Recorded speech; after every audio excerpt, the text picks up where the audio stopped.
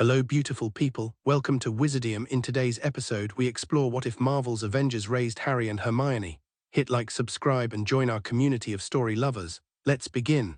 Chapter 1, Sparks. The curse hit the house at 12:03 in the morning. Lily Potter had just enough time to scream, not in fear, but in defiance, the kind of scream that tears itself out of a person who knows exactly what's coming and refuses to go quietly, before the green light swallowed the upstairs bedroom hole. James was already gone. She'd heard him fall in the hallway below, heard the horrible silence that followed, and she'd used every second since to put herself between the door and the two children in the crib. Two children because the Grangers had come to visit that week, had come to see the Potters in hiding because Emma Granger had been Lily's closest friend since secondary school, because the world was terrible and frightening, and sometimes you needed to sit with the people you loved and drink tea, and pretend for a few hours that nothing was hunting you. Dan and Emma Granger were dead in the kitchen. Their daughter Hermione, 14 months old, dark curly hair, eyes already too sharp for a baby, was in the crib beside Harry, both of them awake and staring up at Lily with wide, confused eyes. They were too young to understand, that was the mercy of it. Lily whispered something, not a spell, something older than spells, older than wands, the kind of magic that lived in the marrow of a person who has decided to love something more than they fear dying. The words weren't words so much as intention, dense and burning, and she pushed it outward with everything she had left. The door exploded off its hinges. Voldemort stepped through the smoke. He was almost amused, which was the worst part. He looked at Lily Potter on her knees between him and the crib, and he gave her the chance to step aside because he'd promised someone he would, and when she said no, quiet and absolute and unbreakable, something shifted in his face. Not respect. Something that recognized what it was looking at. Then the green light again, then silence, then something extraordinary happened. The curse hit Harry, hit the scar forming above his eyebrow, hit the wall of old magic Lily had left burning in the air and came back. That much was the same as every version of events anyone would ever tell. What wasn't the same was that the rebounding energy arced sideways, split by something in the enchantment Lily had woven because she'd covered both children. She'd put herself between the door and both of them. The magic didn't know how to pick favorites. The reflected curse hit Voldemort and tore him apart. But the outward explosion, the second wave, the one that shook the whole house, cracked the windows, sent a scorch mark 3 feet into the floorboards, washed over both cribs, over both children. Harry cried. Hermione didn't. Hermione sat up straighter in the crib, her little hands flat on the wooden slat in front of her, and stared at the scorch mark on the floor with that too sharp gaze, like she was filing it away for later.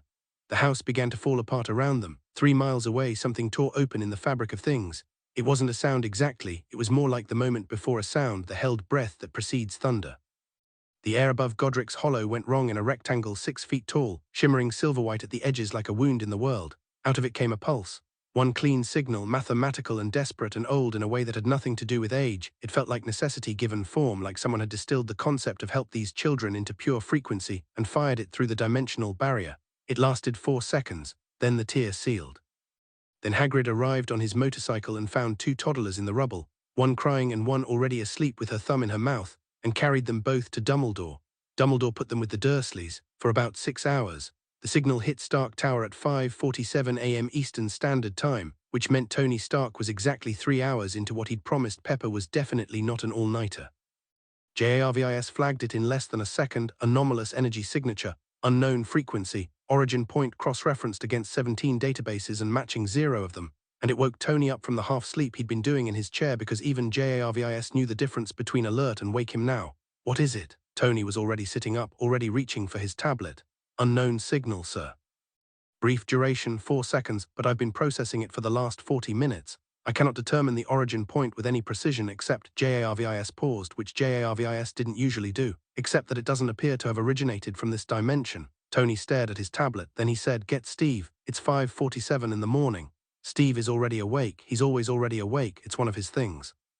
Steve Rogers was, in fact, already awake, sitting in the communal kitchen with a cup of coffee and a newspaper that he was reading with the focused, quiet calm of a man who decided that finding the modern world overwhelming was a choice he was going to refuse to make.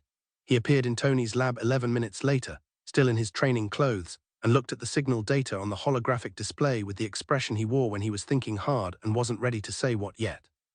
"Where did it come from?" Steve asked. "Other side of something," Tony said. "Interdimensional, the frequency structure is like nothing in our databases, and I mean nothing, Steve. I've got everything from gamma signatures to Asgardian atmospheric readings in there. This is different, and there's," Tony pulled up a secondary window, "there's data embedded in it, like it was meant to carry information." "What kind of information?" Tony was quiet for a moment. "Coordinates," he said, "an address.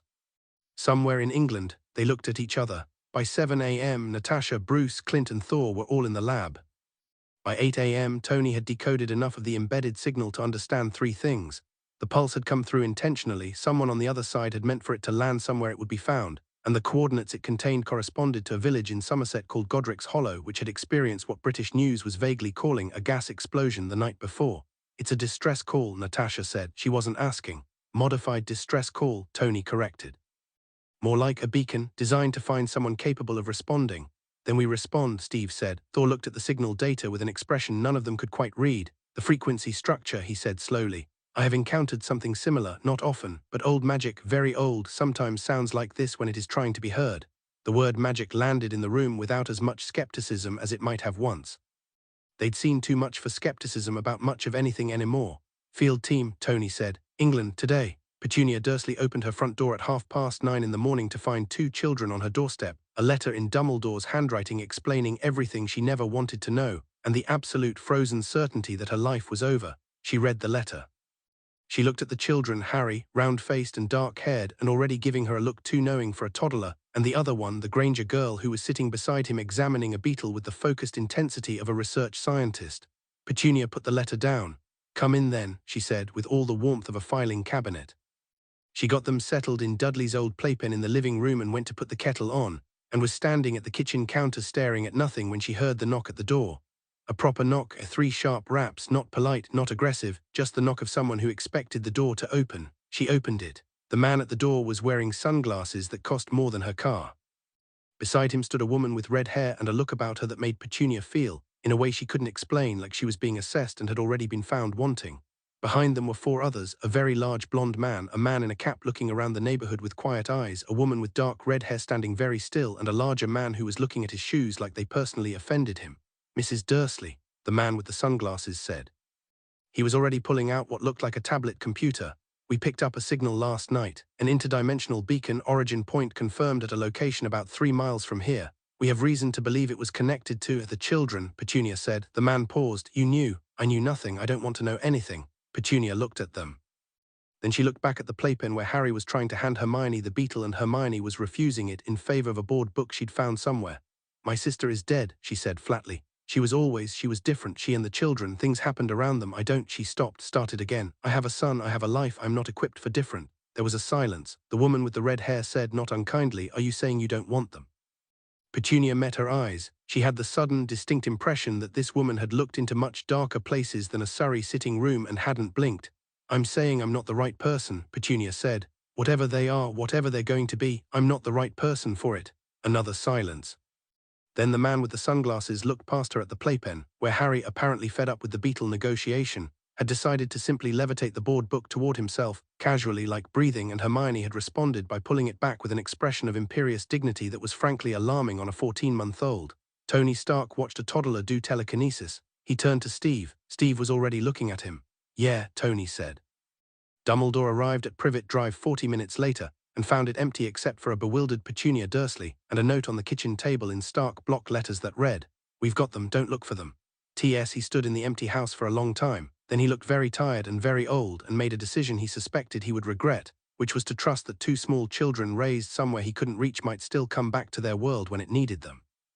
It was, as far as plans went, not his best. New York in October was cold in the mornings and gold in the afternoons, and Harry didn't care about either because he'd decided his primary interest at 14 months was figuring out how the Stark pad unlocked. He'd been at it for 3 days. Biometric system was key to Tony's thumbprint, which was a problem, but Harry had already worked out that if you got the screen warm enough with your palm and held it at the right angle, you could sometimes trick the sensor into, "Are you trying to hack my tablet?" Tony said, not looking up from his workbench. Harry looked up, then looked back down at the tablet. Then, with the solemn gravity of a child who did not know the word busted but understood the concept perfectly, set the tablet aside. 14 months old, Steve said from the doorway, amused. "He's been at that tablet for 3 days. He figured out it had a lock on day 1 and has been systematically testing vulnerabilities since." Tony put down his wrench and looked at Harry with an expression that was trying to be stern and kept almost becoming something else. "That's not normal, Tony," Steve said. "Neither of them is normal. That's the whole—" "I know that's the whole thing, Steve. I'm not saying it as a problem. I'm saying it as a," Tony waved a hand, "observation." From the play area they'd set up in the corner of the lab, padded, contained, full of things that blinked and hummed, which had been Tony's contribution, along with Steve's contribution of also some actual age-appropriate toys. Hermione looked up from the book she was eating and stared at Tony with the flat, evaluating gaze she gave everything new. She's been eating that book for a week, Tony noted. She's also read it, Bruce said from his workstation. He didn't look up. I watched her go through it front to back twice this morning. She's eating it because she's finished with it. Another silence. Okay, Tony said, we need more books. That was more or less how it started. Not with a meeting or a decision or a formal discussion about what it meant to add 2 children to a tower full of superheroes. It started with a tablet and a book, and the slow, inevitable weight of 2 small people making themselves at home. Natasha was the one who sorted out the practical things. Pediatrician, discreet, extremely well paid, did not ask unnecessary questions. Legal documentation, Tony's lawyers handled it in a week, which was faster than anyone thought possible, and something resembling a schedule which lasted about 4 days before it became obvious that Harry and Hermione did not operate on schedules so much as on interests, which shifted approximately every 45 minutes and were non-negotiable. Clint was the one who made them laugh, that first. He pulled faces at dinner and did voices for the books, and once spent an entire afternoon doing increasingly dramatic falls off the couch while they shrieked with laughter from the floor, and from that point on Harry and Hermione regarded Clint with the particular warmth reserved for someone who takes you seriously enough to be stupid for you. Thor visited for the first time 6 weeks after they arrived, and spent approximately 3 minutes in solemn assessment of both children before declaring them warriors of exceptional promise, which made Tony roll his eyes and Steve smile, and made Hermione, who had crawled over to Thor's boot and was examining the buckles with scientific precision, look up with an expression of bright, absolute interest. Thor, delighted, sat down on the floor with her and began explaining the buckle system. Bruce was the one who first noticed the pattern in Harry's accidental magic. He kept charts. He noticed it happened most often when Harry was emotionally engaged, frustrated, excited, very happy, and least often when Harry was bored, which was, Bruce noted in his careful handwriting, a significant and fascinating inverse correlation to emotional volatility and is worth monitoring. He shared this observation with Hermione's magic too, which manifested differently, more controlled, more deliberate, even at 18 months, like she was calculating each time rather than reacting. They're different kinds of magic, Bruce told Natasha one evening. If you can call it that without feeling strange saying it, which I mostly can't, but I spent 3 years working for people who made me into something I can't fully explain, Natasha said. Say magic, Bruce. Right. They're different. Harry's is reactive, emotional, instinctive. Hermione's is already analytical. She's working something out. At 18 months. At 18 months. Natasha looked through the glass at Hermione sitting in Bruce's workstation area, surrounded by soft blocks she'd arranged into what was either a random pile or some kind of structural experiment. Good, she said. Time works strangely when you're telling the story of children growing up. You could tell it year by year, milestone by milestone. First words, Harry's was no. Hermione's was why, which surprised exactly nobody. First accidental levitations, first controlled levitations, first time Harry heated Tony's coffee without being asked and Tony had to leave the room for a minute because he wasn't ready for how that felt. But the shape of a childhood isn't in the milestones. It's in the accumulation of ordinary things that turn out to be extraordinary in retrospect. It's in the Saturday mornings when Steve made breakfast and Harry sat on the counter asking questions about the war, not his parents' war, Steve's war, the old one, with the focused, unsentimental curiosity of a child who has already learned that history matters and wasn't afraid of the difficult parts.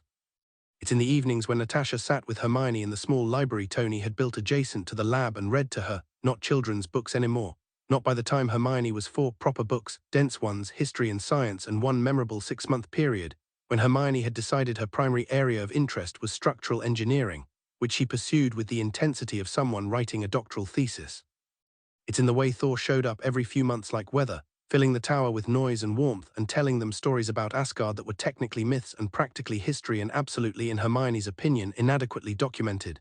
There are no written records, Hermione said at age 6, looking at Thor with the expression she used when encountering something structurally wrong with the universe. Asgard values the oral tradition, Thor said, not defensively. That's a preservation disaster, Hermione said. Oral traditions degrade with each retelling. You need an archivist. We have scalds. Scalds are not archivists. Thor looked at Tony. She's not wrong, Tony said. It's in the afternoons in the training rooms. Tony had built them dedicated training spaces on the 15th floor by the time they were 5. And what went on there was less formal instruction and more what happened when 7 of Earth's most capable people all wanted to show 2 growing children something different. Steve showed them how to read a room, how to hold themselves, how to make sure their feet were always under them. Natasha showed Hermione how silence was a tool and stillness was a language. Clint taught both of them archery at age 6. Harry was natural, Hermione was mechanical, and they were both hitting the center of the target by the end of the first session, which made Clint put down his bow and stare at the ceiling for a moment. That's not, he started. Magic, Harry said, not as an explanation, more as a yes, and Bruce gave them a laboratory. Not a real one, a safe one, a child's version, but real enough that Hermione could mix compounds and test reactions and keep careful notes in the composition books she'd started filling at age 5. Harry used the lab too, but differently. Harry was interested in results more than process, which drove Hermione absolutely mad and produced some of their most spectacular arguments, which were themselves a kind of art form.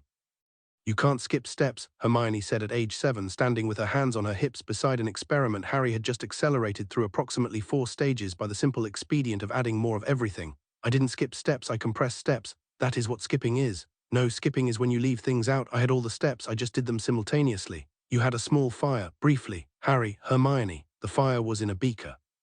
It was a very contained fire. You are impossible." "You're welcome," Harry said and held up the result. Perfect, exactly what they'd been working toward, achieved in a third of the time. Hermione stared at it, then she took it from him and examined it carefully, and then she wrote 3 pages of notes about why it worked, because she was Hermione and the thing worked for a reason and the reason mattered. That was them. Harry moved at the speed of instinct. Hermione moved at the speed of understanding. Together they were formidable in a way that neither was alone, and they both knew it. And it was never a competition, because competition assumed you wanted different things, and mostly they wanted the same things. They wanted to know everything. They wanted to be capable of anything. They wanted, in the particular inarticulate way of children who'd grown up without blood family, but with something that felt sturdier than blood, to be worthy of the people who'd chosen them. Tony told them about their parents when they were 8. Not because someone forced him to. No one was going to force Tony Stark to do anything, but because Harry had started asking with increasing directness about the before time. He'd found a photograph once in a search he'd done on Bruce's computer while Bruce was in a meeting, and it had shown a young woman with red hair and his eyes standing beside a man with a wide smile and messy black hair exactly like Harry's own. He'd printed it and kept it for a week before showing it to anyone. He showed Tony. Tony looked at the photograph for a long time. "Sit down," he said.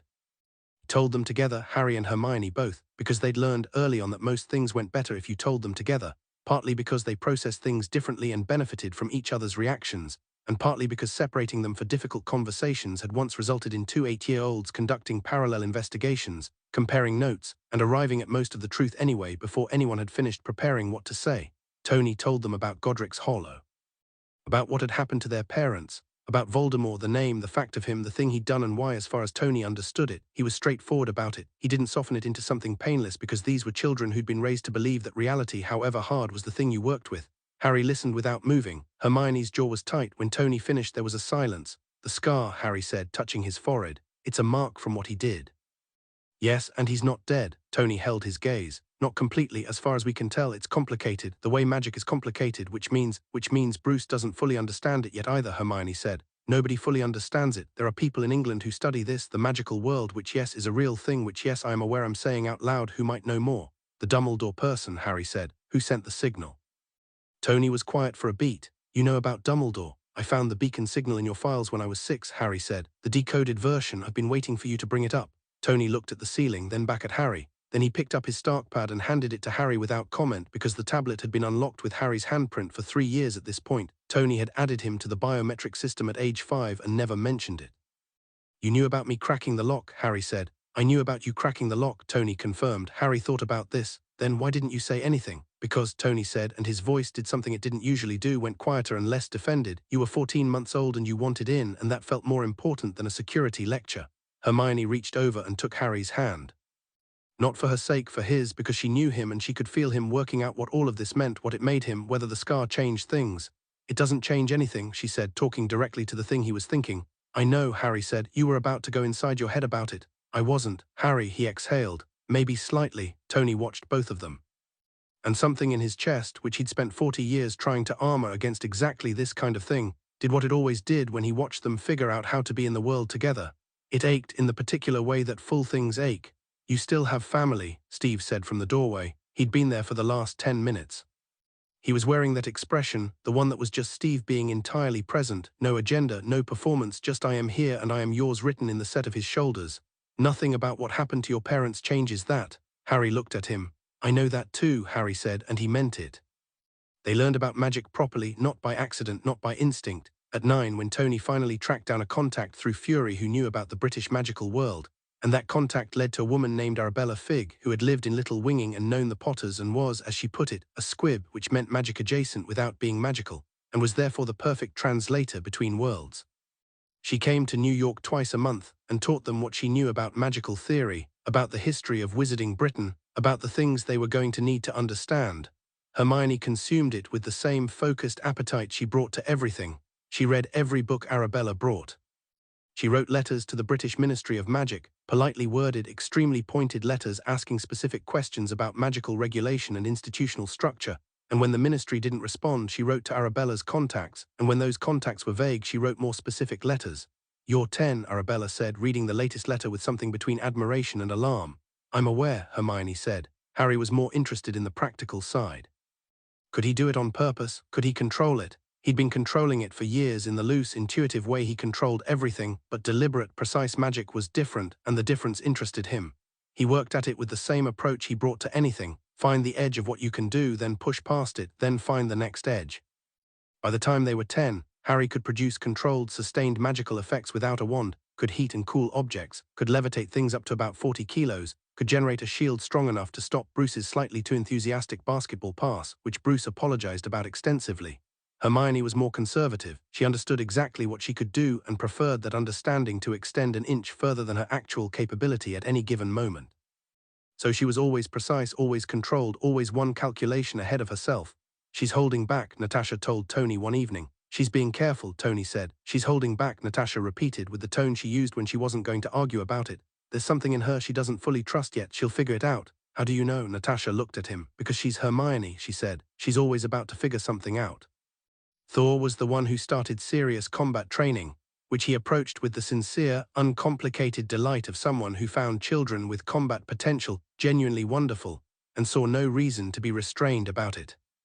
By the time Harry was 10, he could fight, properly fight, not playground scuffle fight, and could hold his own against Natasha in sparring for longer than most trained adults, because Harry fought the way he did most things, by reading a situation faster than anyone expected, and then being 2 steps ahead of whatever the expected response was. Hermione fought differently.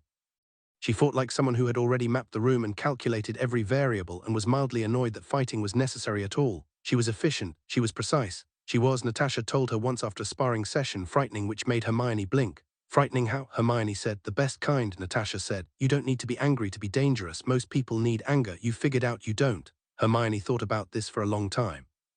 The letter arrived on the morning of the 23rd of July, the summer they were both turning 11. It came the way all mail came to Stark Tower, through the building's secure delivery system, sorted by JARVIS, flagged if unusual. JARVIS flagged it. "Sir," JARVIS said, and his voice had that particular quality it got when something was genuinely anomalous. "Is a letter in the mailroom that appears to have arrived without using the postal system, the building's physical intake system, or any delivery mechanism I can identify. It also addressed itself." Tony looked up from his workbench. "Addressed itself," he said. "2 of them, sir. One addressed to Mr. H. Potter, the laboratory, 15th floor, Stark Tower, New York, United States of America. The second addressed to Ms. H. Granger, the library adjacent to the laboratory, Stark Tower." Tony sat with that for a moment, then he called Steve. "The more actions request aborted. Write the next chapter now." Chapter 2. Letters. The envelopes were made of thick parchment the color of old cream, sealed with wax the deep red of dried blood, and stamped with a crest that featured a lion, a snake, an eagle, and a badger arranged around a large letter H. They smelled faintly of something that wasn't quite anything Tony could name. Not old paper, not chemicals, not the ozone and metal smell of the lab, something older than any of those things, dry and warm and faintly electric.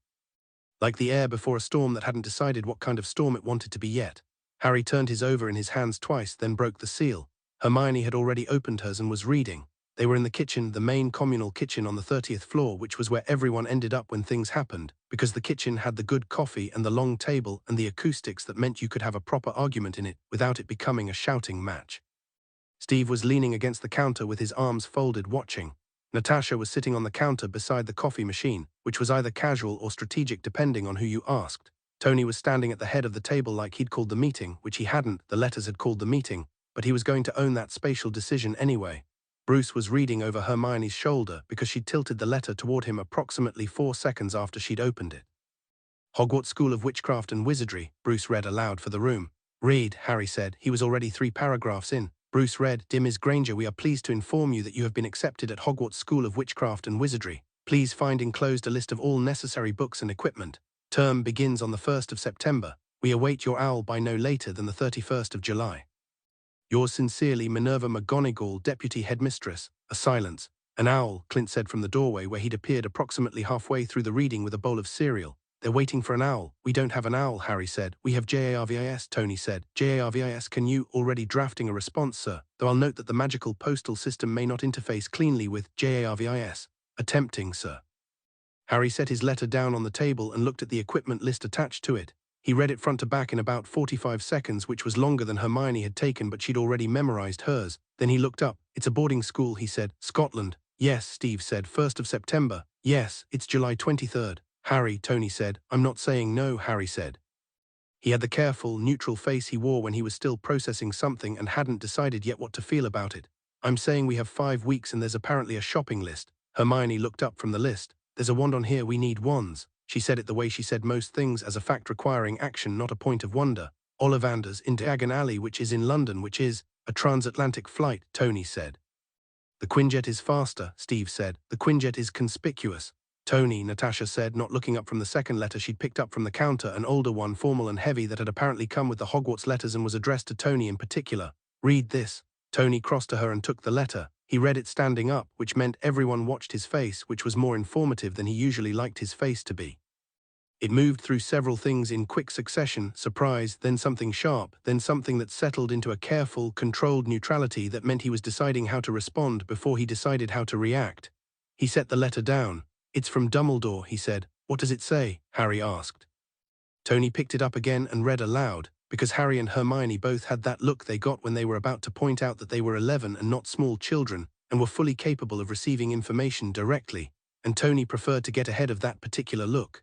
Dear Mr. Stark, you will by now have received notification that Harry Potter and Hermione Granger have been accepted at Hogwarts.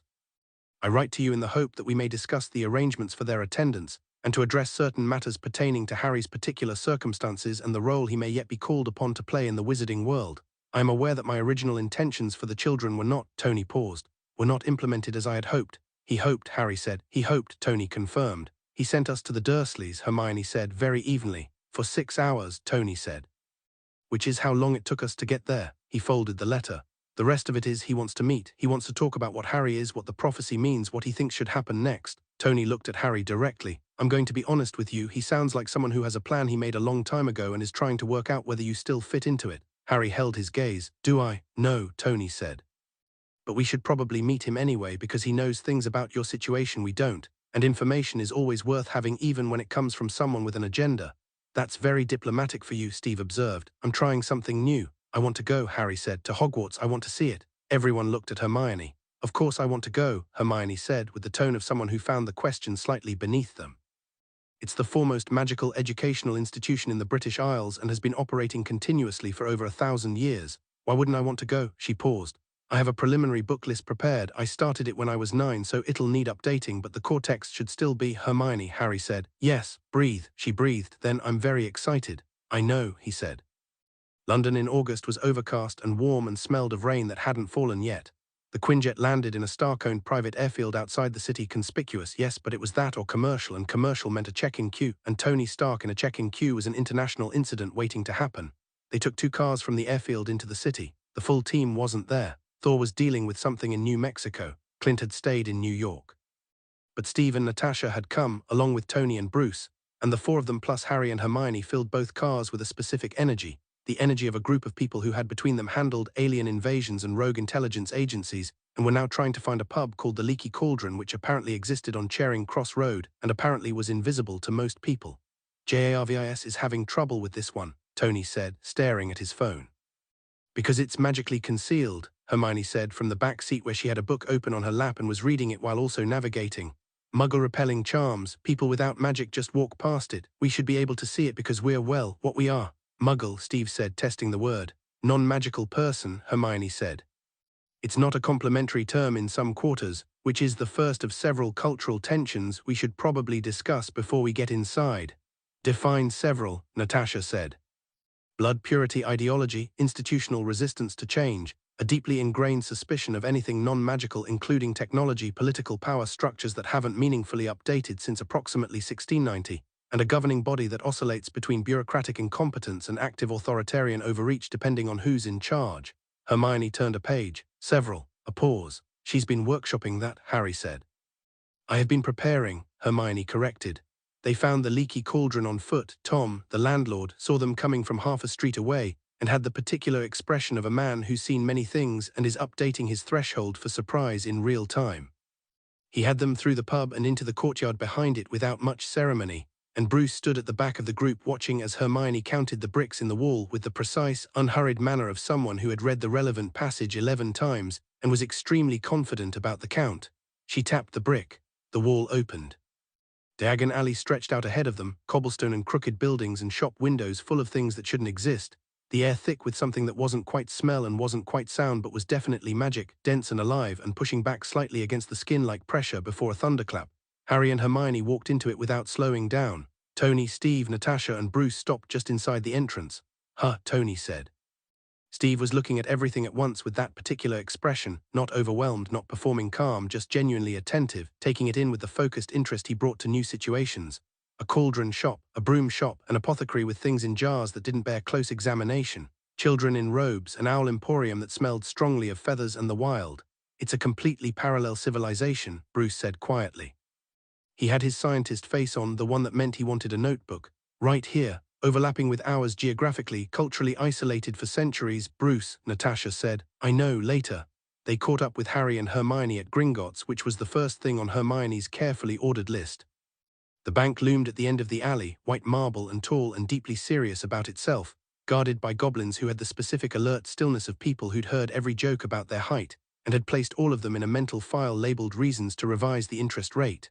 The goblin at the front desk looked at Harry, then at the letter of authorization from the Potter's vault that Arabella Figg had helped them obtain through a contact. Then at Tony Stark, which involved looking up considerably further than the goblin probably preferred. "Mr. Potter," the goblin said, "we've been expecting you. The vault has been in administration for some years." "How much is in it?" Tony said. The goblin looked at Tony with the particular expression that goblins had developed over centuries for moments when someone asked a direct financial question in a public space. "Quite a great deal," the goblin said with the precision of someone who wouldn't give you a number if they could give you a concept. Tony was not deterred by concepts. "Number, another look. Then Vault 713 has been managed in trust. The contents, liquid assets, property deeds, family artifacts represent a substantial generational inheritance." A pause. "The monthly interest alone would make you comfortable." "He's already comfortable," Steve said. "The interest is Harry's," Tony said. "All of it. JARVIS, flag this, we're going to want an audit." He looked at the goblin. "I assume you have a process for that." "We have a process for everything," the goblin said and sounded for the first time faintly approving. Harry stood beside Tony through all of this and didn't say anything, because he'd learned to let Tony handle financial institutions. Tony approached them the same way he approached combat, which was with the energy of someone who knew they were going to win, and was mainly interested in being interesting while it happened. But when they went down in the cart to the vault, rattling through cold, dark tunnels at speed, the kind of speed that made Hermione's eyes bright with delighted adrenaline, Harry stayed close to the wall and let his hand trail along the stone, feeling the age of the place. This was his family's money, his family's vault. He didn't feel sad about it, exactly. He'd done his processing about his parents at 8 in Tony's lab, with Hermione's hand in his and Steve's presence like a wall at his back. But he felt aware of it, of the weight of it. The gold and the artifacts and the property deeds all felt like things Lily and James Potter had meant to hand to him themselves in person at some point in a future that Voldemort had cancelled. He took a handful of gold coins and put the rest back. "That's it," Tony said. "I don't need it," Harry said. "I know where it is." He looked at the vault, old and dark and solid. "Knowing where it is enough." Natasha, who'd been watching from the doorway of the vault, looked at Steve. Steve looked back at her and didn't say anything, which was its own kind of communication. Ollivanders was the kind of place that had absorbed so much magic over so many centuries that the magic had become architectural. The walls were dense with wand boxes, floor to ceiling, stretching back into darkness that felt deliberately indefinite, like the shop was slightly larger inside than physics comfortably allowed. It smelled of sawdust and something sharp and resinous, and it was absolutely silent in the way that places are silent when they're waiting for something. Mr. Ollivander came from the back with the particular gliding walk of someone who'd had the same thought for so long it had become a reflex. He had large, pale eyes that moved between Harry and Hermione with the focus of someone reading something the rest of the world couldn't see. "I wondered," he said, "when you'd come. Do you know who we are?" Harry said. "I know who you are," Ollivander said. "I sold your father his wand, mahogany 11 inches, pliable, good for transfiguration, and I sold your mother hers, willow, 10 1/4 swishy." He looked at Harry's forehead. "I also know what made that scar. I know the one that made it, 13 1/2 inches, you with a phoenix feather core, one of only 2 feathers that particular phoenix ever gave. The other is here." He paused. "Curious, isn't it?" Extremely, Harry said with a tone that suggested he'd known this and wasn't alarmed by it, which was true. Arabella had told them. Let's find the right wand. I assume the process involves me trying things until something works. Simplified but accurate, Ollivander said. Ollivanders had a process. The process involved a measuring tape that moved on its own while Ollivander talked, and then a series of wands that Harry took and held and mostly achieved nothing with, a few of which produced concerning side effects. One sent a vase flying, one ignited briefly, one made every drawer in the room open simultaneously, which Ollivander observed with the bright, interested gaze of a scientist logging data. Then Ollivander handed Harry a wand that was holly and 11 inches with a phoenix feather core, and the room went warm. Not dramatically warm, not explosively warm, just warm the way a room goes warm when you've been cold for a long time and finally come inside. Harry held the wand and it felt like an extension of something he'd been reaching for his whole life without realizing he was reaching, and he sent a small shower of gold sparks into the air above the shop and watched them drift down, and Ollivander made a sound like a man who's confirmed a hypothesis he's been holding for a decade. Curious, Ollivander said, very curious. The twin cores, Harry said. Yes, we'll deal with that when it comes up, Harry said. He paid for the wand and stepped aside for Hermione, who had been standing quietly to one side with the particular quality of attention she brought to observations she intended to reference later. Hermione's wand took longer, not because she was difficult, because she was specific. Ollivander went through 9 wands, each of which she held with careful, deliberate focus, and each of which produced a result, small results, controlled, clearly intentional on her part, but nothing that made Ollivander nod. He went further back in the shop. He came back with a box that looked older than the others. Vine wood, 10 3/4 inches, dragon heartstring. Hermione held it and the windows lit up. Not the room, the windows, all 3 of them, flooding with warm gold light as if the sun had come out from behind a cloud, except the sun was behind a cloud and staying there. The light came from the wand and went outward and up and filled the glass with something that felt like noon in summer and held for a long moment and then faded. Ollivander looked at Hermione with an expression that had gone past his usual professional assessment into something more genuine. Remarkable, he said. How so? Hermione said, dragon heartstring is a core of great power, he said. It responds to intelligence, to drive, to a nature that is more comfortable with certainty than mystery. Most wizards find them demanding. He paused. That wand has been waiting a very long time. For someone specific, Hermione asked. For someone ready, Ollivander said. Hermione took the wand out of the shop and stood on the cobblestones of Diagon Alley with it in her hand, and Harry looked at her and she looked back at him, and neither of them said anything because they didn't need to. Something had just become real that had always been theoretically real. The wand in her hand was proof of something, of what she was, of what the world was, of what the next chapter of things was going to be. Right, she said. Yeah, Harry agreed. The bookshop was the last stop before they had everything on the list, which meant Hermione disappeared into it for 45 minutes while everyone waited outside, until Harry went in to find her and found her at the back of the shop with a stack that was not the list. The list books were in a neat pile beside her left knee. The not list books were a growing tower beside her right knee. Those aren't on the list, Harry said. I'm aware. We're at Hogwarts, they'll have a library. I know about Hogwarts Library, Hermione said, not looking up from the book she was reading, standing up. I've researched it extensively. It's excellent in certain areas and has significant gaps in others. Specifically, anything published after 1923 and anything from non-British magical traditions is severely underrepresented. She pulled another book from the shelf. I'm supplementing. How many is that? She counted without looking. 14 extra books. They're not heavy, Hermione. Harry, he looked at the stack, he looked at her. He picked up one of the books, Advanced Spellwork Theory and Application, which was apparently a 7th-year text and was also apparently something Hermione thought necessary at age 11, and added it to the tower. Fine, but I'm levitating them to the car. Obviously, she said. The bill, when it came, was substantial. Tony paid it with the expression of someone who'd thought they were done being surprised and had just been corrected. Dumbledore was waiting for them at the leaky cauldron. He was sitting at a table in the back with a cup of tea and the kind of stillness that powerful people develop when they've learned that they don't need to announce themselves. The room would do it for them. He was old, very old. With a long silver beard and eyes that were blue and sharp behind half-moon spectacles, the kind of eyes that were always slightly too knowing, like he'd read the footnotes to whatever conversation you thought you were having. He looked at Harry first, then at Hermione, then with more care at the 4 adults behind them. Tony sat down across from Dumbledore without being invited, which Harry privately found perfect. Steve sat beside Tony. Natasha and Bruce took the far side of the table, flanking Harry and Hermione in a way that was probably technically non-threatening but practically wasn't. Professor Dumbledore, Harry said. Harry, Dumbledore said warmly, it's very good to finally meet you, and you, Hermione. He looked at them both with an expression that was genuine and complicated. You look well, better than well. Did you think we wouldn't? Hermione said, a brief pause. Not at all. Simply, he collected himself. I had hoped to be more involved in your upbringing. As it stands, I'm pleased the signal reached somewhere capable. You designed the signal to find someone specific, Tony said. I designed it to find someone capable, Dumbledore said. The distinction mattered, and I see it found a great deal of capability. He looked at Tony with an assessment that was less evaluating a stranger and more confirming a conclusion. You've done well by them, Mr. Stark. More than well, I know, Tony said. Steve pressed his foot lightly against Tony's under the table. We came to hear what you know about Harry's situation, Steve said, because Steve was the one who could make information gathering sound like conversation rather than interrogation. About Voldemort, the prophecy, what you think is going to happen. Dumbledore looked at Harry. May I speak directly? Please, Harry said. There is a prophecy, Dumbledore said, made before your birth by a seer. It describes a child born as the 7th month dies to parents who have thrice defied Voldemort, a child the Dark Lord would mark as his equal. It states that neither can live while the other survives. Silence. One of you has to kill the other, Harry said, not upset, just factual. In essence, Dumbledore said, the prophecy doesn't mandate the method or the context, it simply describes the shape of things. Does Voldemort know the full prophecy? Natasha said. He heard only the first half, Dumbledore said, which is part of why he acted when he did and why his actions produced the outcome they did.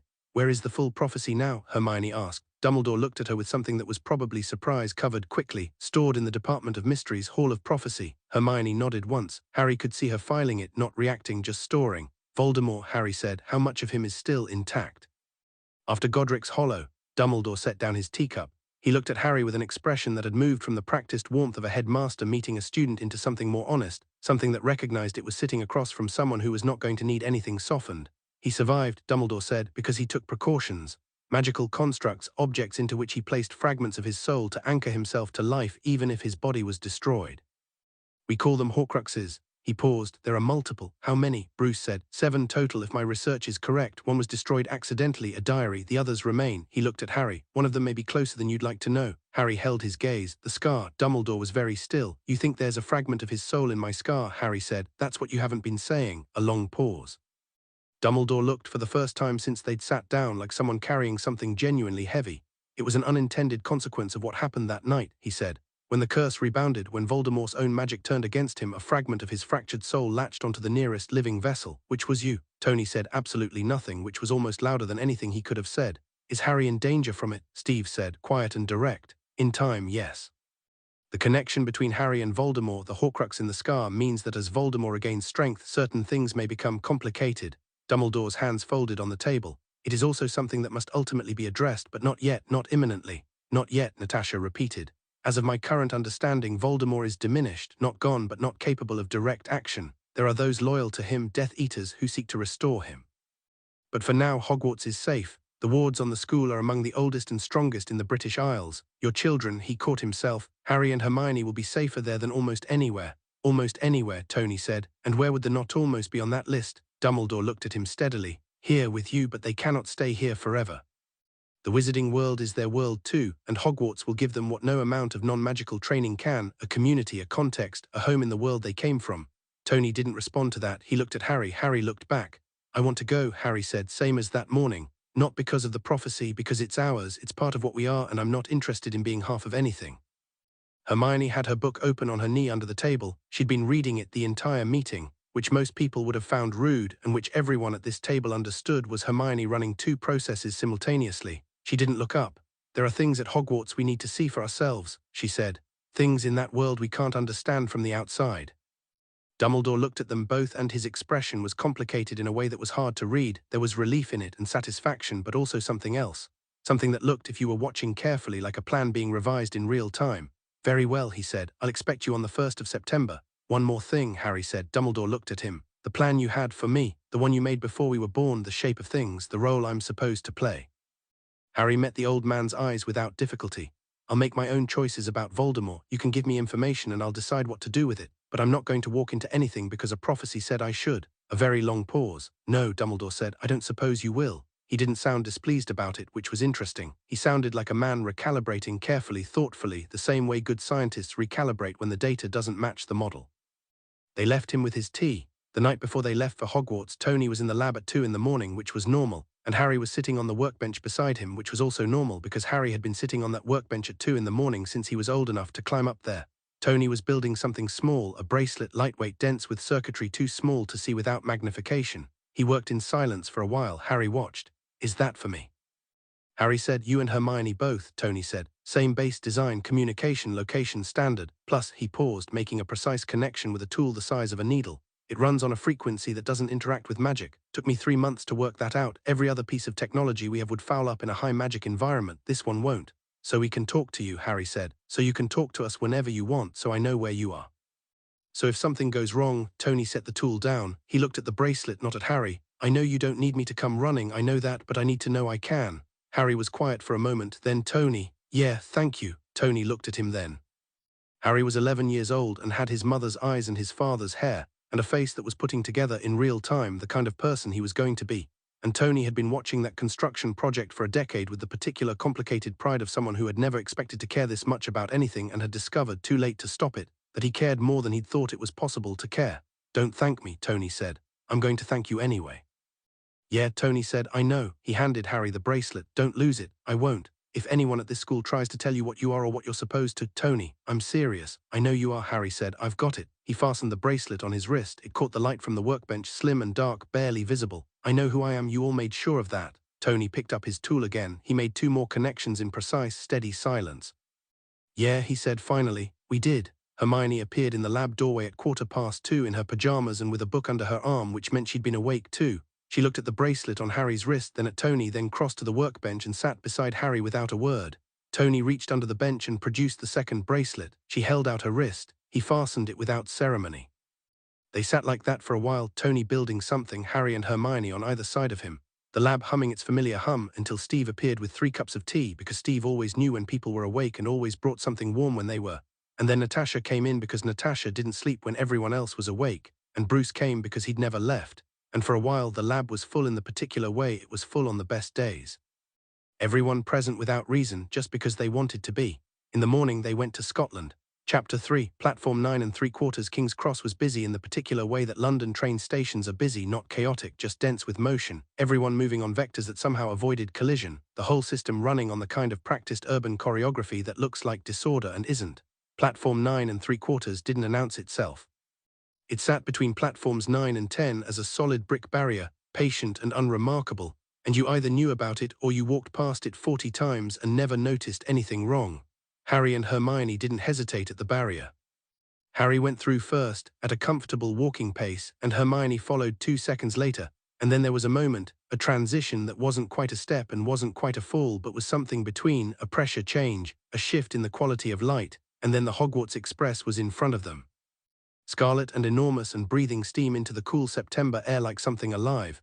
The kind of machine that had decided it was more than a machine through sheer accumulated history and refused to be argued out of it. Tony came through the barrier at a controlled walk that was trying not to look like he'd braced himself. Steve came through beside him without apparent difficulty, which Tony found quietly annoying.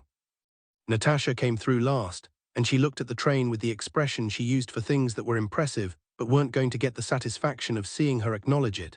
The platform was full of families, carts and owls and cats and trunks and robes and children in various states of excitement and anxiety. Harry and Hermione moved through it naturally, Harry reading faces the way Steve had taught him, Hermione cataloguing everything with the systematic focus she brought to new environments, both of them relaxed in a way that read differently from the other children around them. The other children were excited or nervous or performing excitement to cover the nervous. Harry and Hermione were just present. You don't need to stay, Harry said, turning to Tony. I'm aware, Tony said. The train leaves at 11. It's 10:42. Tony, Harry, a beat. Steve crouched slightly so he was closer to eye level. Harry was 11, so it wasn't a dramatic crouch, but Steve did it anyway, the way he did everything, with the uncomplicated honesty of someone who wasn't performing. You've got the bracelets, he said. You know how to use them. If anything feels wrong, I'll trust my instincts, Harry said. You taught me that. Your instincts are good, Steve said. Trust them, I always do. Natasha had pulled Hermione slightly aside, not far, just enough for a word that belonged to the two of them. Hermione was looking up at her with the steady, level gaze she reserved for things she was taking seriously. The castle will have people who underestimate you, Natasha said. Let them. For how long, Hermione said. Until it's useful that they've been wrong, Natasha said. You'll know when. Hermione considered this. And if they don't underestimate me. Even better. Bruce appeared at Hermione's other shoulder. He had a small notebook, his handwriting inside, dense and precise, and he handed it to her. References, he said, primarily magical theory mapped against known physics frameworks. Some of it won't make sense yet, more of it will make sense than you'd think. Hermione took the notebook and held it carefully. Did you sleep last night? Some, Bruce said. Bruce. I find research more restful than sleep. Bruce said, which was both true and an evasion, and they both knew it. She hugged him. Bruce, who was not always comfortable being hugged, was immediately completely comfortable being hugged by Hermione, which was a distinction that had taken him a while to understand and which he'd eventually decided was simply the result of spending 6 years watching someone grow up and realizing that love in its actual functional form was less like a feeling and more like a habit you hadn't noticed becoming necessary. He hugged her back. Harry across the platform watched this and then looked at Tony. Tony held out his hand. Harry shook it. They looked at each other. Then Tony pulled him in and Harry let him, and they stood like that for a moment, Tony's hand on the back of Harry's head, Harry's forehead against his shoulder, the noise of the platform around them, and then Harry stepped back and his face was clear and settled, the face of someone who knows exactly where they come from and is not afraid of where they're going.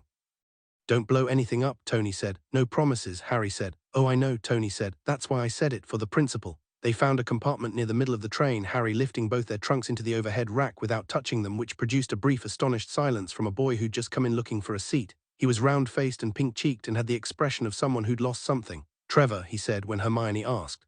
"My toad.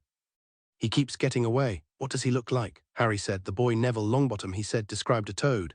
Harry went still for a second, the focusing stillness he did when he was reaching outward with whatever sense it was that wasn't quite sight, and then he pointed at the luggage rack across from them. "Behind the blue case," Harry said. Neville retrieved a large, affronted-looking toad from behind the blue case. He looked at Harry. "How did you?" "I could feel it moving," Harry said. "Sit down if you want. There's room." Neville sat holding Trevor with both hands and looked between Harry and Hermione with the careful shyness of someone running calculations about whether these were the kind of people who were good to know. He had the look of someone who'd spent a while being told they weren't magical enough and wore it the way a bruise wears itself, not visible if you weren't looking for it, very visible if you were. Hermione was looking for it. She'd learned that from Natasha, who'd once told her that the people worth knowing were often the ones who'd learned to make themselves small in rooms that hadn't deserved them.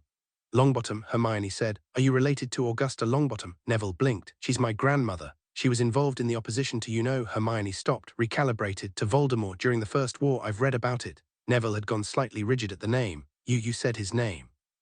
"Yes," Harry said without particular emphasis. "Most people don't," Neville said. "I know," Harry said. "Fear of a name increases fear of the thing itself." He pulled out a book, not a school book, a personal one, well read, and opened it. "He's a person, a terrible one who's done terrible things, but a person. Names are just sounds." Neville looked at Harry's forehead. He'd clearly been looking at it since he sat down and had been trying to be polite about it. "Yes," Harry said without looking up from his book. "That's from him." "Sorry," Neville said. "It's fine." A comfortable silence. Neville fed Trevor a fly. Hermione had Bruce's notebook out and was cross-referencing it with one of her new books. Harry read. The compartment door slid open. 2 large boys filled the doorway, one on each side, with the practiced, choreographed entrance of people who'd been using their size as announcement for long enough that they didn't think about it anymore. Between them, smaller but carrying the weight of the space like he owned it, was a boy with pale blonde hair and a face sharp enough to cut yourself on if you weren't paying attention. "I heard Harry Potter was on the train," the blonde boy said. He looked around the compartment with the specific brand of assessment that's trying to establish hierarchy before a word is exchanged. His eyes landed on Harry, moved to the scar and settled there for a moment. "So it's true, they say you're famous." "They say a lot of things," Harry said. He didn't look up from his book. A pause. The blonde boy wasn't accustomed to being not looked at. "Draco Malfoy," he said with the tone of someone presenting credentials. Harry looked up then. He looked at Draco Malfoy with the same calm, evaluating attention he gave anything new, not unfriendly, not impressed, just present. "Harry Potter," Harry said. "This is Hermione Granger and Neville Longbottom." Draco glanced at Hermione and something moved across his face, a prepared expression, something he'd been taught about blood status, visibly recalculated against the reality of a girl who was currently reading 2 books simultaneously and hadn't looked up. He looked at Neville and the expression that replaced it was one Neville had clearly seen before and didn't enjoy. "Longbottom," Draco said. "I've heard of your family." "Most people have," Harry said pleasantly before Neville could react to whatever subtext was in that sentence. "What is it you wanted, Malfoy?" Another pause. Draco looked back at Harry. "I wanted to introduce myself and to let you know that not all families in our world are equal. It matters who you associate with." "Does it?" Harry said. "Yes, interesting." Harry closed his book on his finger to keep the page. "Tell me why." Draco blinked.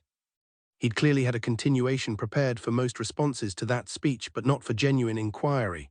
"Because some families have maintained our traditions, our heritage, the proper way of things. Others," he glanced at Hermione again. "Others what?" Hermione said, finally looking up. Her voice was perfectly pleasant. "I'd love to hear you finish that sentence." Something in her tone made Draco stop. Hermione had a quality when she chose to deploy it that Natasha had once described as controlled inevitability, the impression that she had already processed every possible direction this conversation could go and was waiting patiently to demonstrate it. She looked at Draco Malfoy with clear, interested eyes and waited. Blood status matters, Draco said less certainly than he'd started. To whom? Hermione said. To most wizards. Most wizards by what metric? Current population data on British magical families suggests that the so-called pureblood category has narrowed so dramatically over the past 3 centuries through intermarriage and attrition that maintaining any claim to meaningful genetic distinction is statistically incoherent. You're working from a political category, not a biological one. She tilted her head. Who told you it was the other way around? Draco stared at her. My father, he said. Then your father is either misinformed or lying to you, Hermione said with genuine matter-of-fact calm. Those are the 2 options. The large boys in the doorway made sounds that might have been the beginning of threats. Harry looked at them with precisely the expression that made threats rethink their approach, not hostile, not intimidated, just the look of someone who had sparred with Thor and trained with Natasha, and was genuinely trying to work out whether this was worth his time. It communicated very clearly that it was not. Draco looked between Harry and Hermione for a moment. Something was happening in his face that was more complicated than the script he'd walked in with, something that looked under the performance like a person who was encountering a situation his training hadn't covered. You're different from what I expected, he said to Harry. People usually are, Harry said. Draco looked at Neville one more time, then left without the closing speech he'd clearly planned to make. The large boys went with him. Neville let out a breath he'd been holding. Are they always like that? Harry asked him. Malfoy is, Neville said. The other 2 just do what he says. He's not as certain as he sounds, Hermione said, opening her book again. You could tell, Neville said. His argument collapsed the moment I asked him to define his terms, Hermione said. If you're genuinely convinced of something, you can define it. He couldn't. That means he's repeating, not thinking. She paused. He might be worth talking to again when he's had some time away from whoever's been doing the repeating for him. Neville looked at her. You're not at all what I expected either, he said, and sounded like he meant it as one of the better surprises of his year. The castle was visible from a long way off. Coming across the lake in the boats, first year's only tradition, the older students took the carriages, with the water black and mirror still around them and the sky full of early autumn stars. Hogwarts rose out of the dark like something that had grown there. Not built, grown the way mountains grow, with the patient, accidental grandeur of things that have simply been for so long that being is their defining feature. Harry looked at it from the prow of the boat, the lantern light catching the water, and felt something he didn't have an immediate word for. Not awe. He'd seen Stark Tower from the ground and Asgard from Thor's descriptions and the Grand Canyon from a Quinjet at dawn, and none of them had felt small. It wasn't awe. It was something more personal than awe.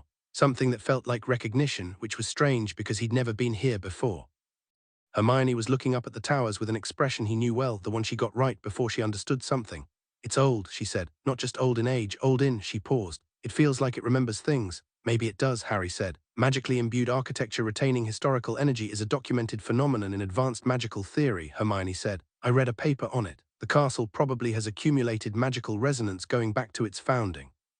She paused. That should make it fascinating to study. The castle or the magic? Both, she said. Neville in the boat behind theirs was holding Trevor very firmly. The Great Hall was the kind of room that announced itself before you finished entering it, ceiling open to the sky, not actually open, enchanted. Hermione had read about it and still looked up with genuine delight when she saw it, because reading about something and seeing it were 2 different categories of true. 4 long tables full of students in black robes, candles floating in their hundreds above everything, the head table at the far end occupied by faculty arranged in the loose, slightly formal manner of people who'd done this many times and were nonetheless always slightly altered by it. Professor McGonagall stood at the front with a roll of parchment and the expression of someone who combined extremely high standards with a genuine, fiercely protected belief in what this moment meant for every child who stood in front of her. She was silver-haired and precise and radiated the specific warmth of someone who'd made it a point of principle not to be soft and had discovered that rigor done right was its own form of care. She looked at the first years the way good teachers look at new students, seeing all of them, assessing without judgment, giving each one the full weight of her attention for one moment before moving on. Her eyes stopped on Harry, not because of the scar, because of the way he was standing. She'd seen hundreds of students stand in this hall for the first time. Most of them were arranged by the experience, arranged by the ceiling, by the candles, by the history pressing in on all sides. This boy was not arranged by anything. He was simply standing there, looking at everything with a clear and interested eye, and the look of someone who found the world fascinating rather than overwhelming. Beside him, a girl with dark curly hair was holding a notebook and writing something in it, presumably notes about the enchanted ceiling, and McGonagall felt the precise sensation of a person recalibrating an expectation they hadn't fully known they had. The Sorting Hat sat on its stool. It opened its brim and sang. Harry listened to the song with the focused attention he gave things he was hearing for the first time, extracting what was actually being said beneath the performance of it. The 4 houses, their qualities, their founders' intentions, The hat's request for unity that it dressed in rhyme to make it palatable, as if urgency was easier to deliver in meter. Hermione was probably doing the same thing but faster. The sorting began, names called, students stepping forward, hat placed on heads. Some took seconds sorting, hat barely touched them before it called out. Some took longer. The hall watched and sorted its reactions, cheers for each house's new members, the particular warmth of claiming someone. Granger, Hermione. Hermione handed Harry her notebook without looking at him and walked to the stool. McGonagall placed the hat on her head. The hat was quiet for a long time, longer than most. The hall murmured. Hermione sat still with the particular quality she had in sparring, not tense, not impatient, just present. Like she was in a conversation and was listening carefully before she spoke. Harry could see her lips move once very slightly. Then the hat called, Gryffindor. The Gryffindor table erupted. Hermione retrieved the hat, walked to the table, sat down and took her notebook back from Harry, who had walked across to hand it to her before the cheering had started, which earned them a look from McGonagall that was brief and complicated and filed away for later. Potter, Harry. The hall went quiet. Not the polite quiet of transitions between names, a real quiet, the kind that happens when everyone in a room simultaneously has the same thought and holds their breath around it. Harry walked to the stool and sat down, and McGonagall placed the hat on his head, and the hall watched with the intense, held focus of people who believed this moment mattered more than the others. The hat dropped over his eyes. Well, the hat said inside his head, with the dry and ancient voice of something that had been sorting human beings for 1,000 years and had developed opinions. Hello, Harry thought back, not surprised by this. Are you, by talking to a hat, a little, by being here, by any of it? The hat sounded curious. Most children are. I know what most children are, Harry thought. I'm not most children. No, the hat agreed. You're certainly not. A pause that felt like something reading very quickly. Loyal. Brave, clever, extremely clever, in fact, the kind that knows the difference between being intelligent and being wise and is working on the gap. Ambitious in a way you probably don't think of as ambition because it doesn't look like wanting things for yourself. I want things, Harry said. I just want them for the right reasons. Yes, the hat said. That's exactly it. Another pause. You know where you belong. Harry did know. He'd known since Hermione sat down. Gryffindor, the hat announced. The cheering was enormous. Harry retrieved his notebook. He had one too, less comprehensive than Hermione's, more personal, from his pocket and walked to the Gryffindor table. He sat next to Hermione. She moved her bag to make room without looking up. Well, she said. Hat, talk to me, Harry said. She looked up. What did it say? That I know where I belong. She looked at him for a moment, steady and clear. Yes, she said, you do. Neville Longbottom was sorted into Gryffindor 30 seconds later, to his visible and endearing shock, and sat down across from them with Trevor clutched to his chest like a talisman. Gryffindor, he said, still surprised. Of course, Hermione said. I didn't think. You should probably start, Harry said. He refilled Neville's water glass without touching it. Thinking you belong places, I mean, looks like you do. Dumbledore stood to speak after the sorting, and the hall settled the way the hall always settled for Dumbledore, not out of fear or protocol, but out of the particular respect a room has for someone it believes is genuinely worth listening to. He was bright-eyed and warm, and his welcome speech was generous and full of light. He looked at Harry once, just once. Harry looked back without any particular expression, the way he'd look at a chess piece he was thinking about. The other faculty were more various in their attentions. A tall, pale man in a black robe at the far end of the table with dark eyes and an expression of general controlled contempt looked at Harry, and then at the scar, and something moved behind his face that he shut down with the precision of someone who'd had a great deal of practice. Professor Quirrell, the defense teacher, was nervous in a way that manifested physically, the twitch of hands, the quick sideways attention, and wore a purple turban that Hermione had looked at, looked away from, looked back at with a more focused expression, and then written something in her notebook. What? Harry said quietly. That turban, she said. Something's wrong with it. Wrong how? I can feel something through it, she said. Something that feels like, she paused, searching for the right word, like an absence. But an active one, something that's there by not being there. Harry looked at the table. He thought about what Dumbledore had told them in the leaky cauldron, about Voldemort, about what was left of him. Later, he said. Obviously later, she said. I'm not going to do anything about it in the middle of dinner. I know, I meant we'll figure it out. She nodded once and put it in the notebook. The Gryffindor common room was round and warm and full of red and gold, and the particular energy of a space that had been inhabited by generations of people who decided that being bold was a defining characteristic worth celebrating. The seventh-year prefects welcomed the first years and showed them the dormitories and gave them the speech about rules that everyone half listened to. Harry found a window seat in the common room after the speech, and Hermione found the bookshelf, which was less impressive than she'd hoped but contained several things she hadn't read, and Neville found a chair near the fire and looked at Trevor with the expression of someone who'd survived a very large day. A red-haired boy appeared at Harry's shoulder. He'd been one of the louder voices at the Gryffindor table during dinner, one of several red-haired siblings who seemed to occupy the table like a natural feature of it. This one was tallish and freckled and had the grin of someone who'd grown up in a house full of people and had learned that humor was its own kind of currency. Ron Weasley, he said, I saw you do the water glass thing at dinner. Harry Potter, Harry said.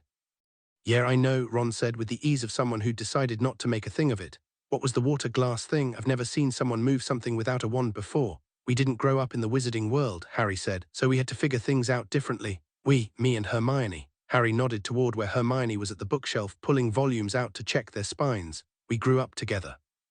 Ron looked at Hermione with the assessing curiosity of someone who'd grown up with one sister and had a complete taxonomy of sisters and was now encountering something his taxonomy hadn't covered. She seems intense, he said. She's the most capable person I know, Harry said. Intense is part of it. Ron thought about this. My mum's like that, he said equitably. She's also terrifying. What was the water glass? It looked like magic, but it was magic, Harry said. Just wandless. Picked up a quill from the windowsill left there by someone and floated it in a slow circle between them. Ron watched it with the uncomplicated delight of someone who hadn't yet built up the defenses that would stop him being openly impressed by things. That's brilliant, he said. Harry caught the quill and handed it to him. Do you play chess? He said. I'm excellent at chess, Ron said, which was the tone of someone telling the literal truth and being modest about it. Good, Harry said. Find a board. Ron found a board. They played until midnight, and Ron was, in fact, excellent, had the intuitive, aggressive style of someone who played by feel more than calculation, which was interesting and tricky to counter. Harry liked it. He liked the way Ron thought, direct and lateral at the same time, uninterested in pretense. What you saw was what you got in the most complete sense. Hermione came over at 11:30 with a book under her arm and a look that meant she'd found something interesting. The restricted section of the library, she said, sitting across from Ron. There's apparently a list of approved requests. I want to cross-reference it against what I know is in there. How do you know what's in it? Ron said. I wrote to the librarian over the summer, Hermione said. Ron looked at Harry. She wrote to the librarian over the summer, Harry confirmed. About the restricted section, Ron said. She was thorough, Harry said. Madame Pince was very informative, Hermione said, in a tone that suggested Madame Pince had not expected to be quite so comprehensively questioned by a 10-year-old via post and had perhaps found the experience bracing. The restricted section contains materials on dark magic, advanced theoretical magic, and several categories the Ministry has flagged for access restriction, which is interesting because 3 of those categories are restricted not because the information is dangerous, but because it's politically inconvenient. Ron had stopped pretending to think about his next chess move. Politically inconvenient how? Hermione told him. She was concise and clear about it, the way she explained things when she genuinely thought them through rather than when she was performing knowledge, and Ron listened with focused attention that surprised Harry slightly, not because Ron wasn't intelligent, but because in Harry's experience most people switched off when information got dense, and Ron didn't. By 1 in the morning they were all still at the chess table. They'd stopped playing at some point and started talking, about the school, about the houses, about the magical world's political situation, about the defense professors concerning Turban, which Ron took seriously and immediately. Quirrell's always been odd, he said. My brothers mentioned him. About families and blood status and the ideology Harry and Hermione had walked into, and the conversation in the train compartment with Draco Malfoy. Foy, Ron said in the flat tone of someone who'd already formed an opinion. Know him, Harry said. Know of him, Ron said. Pure blood obsessive family. His dad's been in Voldemort's. He stopped, looked at the name he'd just said. Huh, he said. That's I don't usually. Keep going, Harry said. Ron collected himself. His dad's been connected with Death Eaters. Slippery about it, always claimed he was under the Imperious curse when Voldemort fell. My dad doesn't believe it. He paused. Draco's not necessarily his dad, though. He's just been taught to be his dad. Hermione looked at Ron with an expression that updated her assessment of him upward in real time. That's a generous analysis, she said. My mum always says people are mostly what they've been shown, Ron said with a slight shrug. I don't know if she's right, but she usually is. Their first week of classes was an education in education.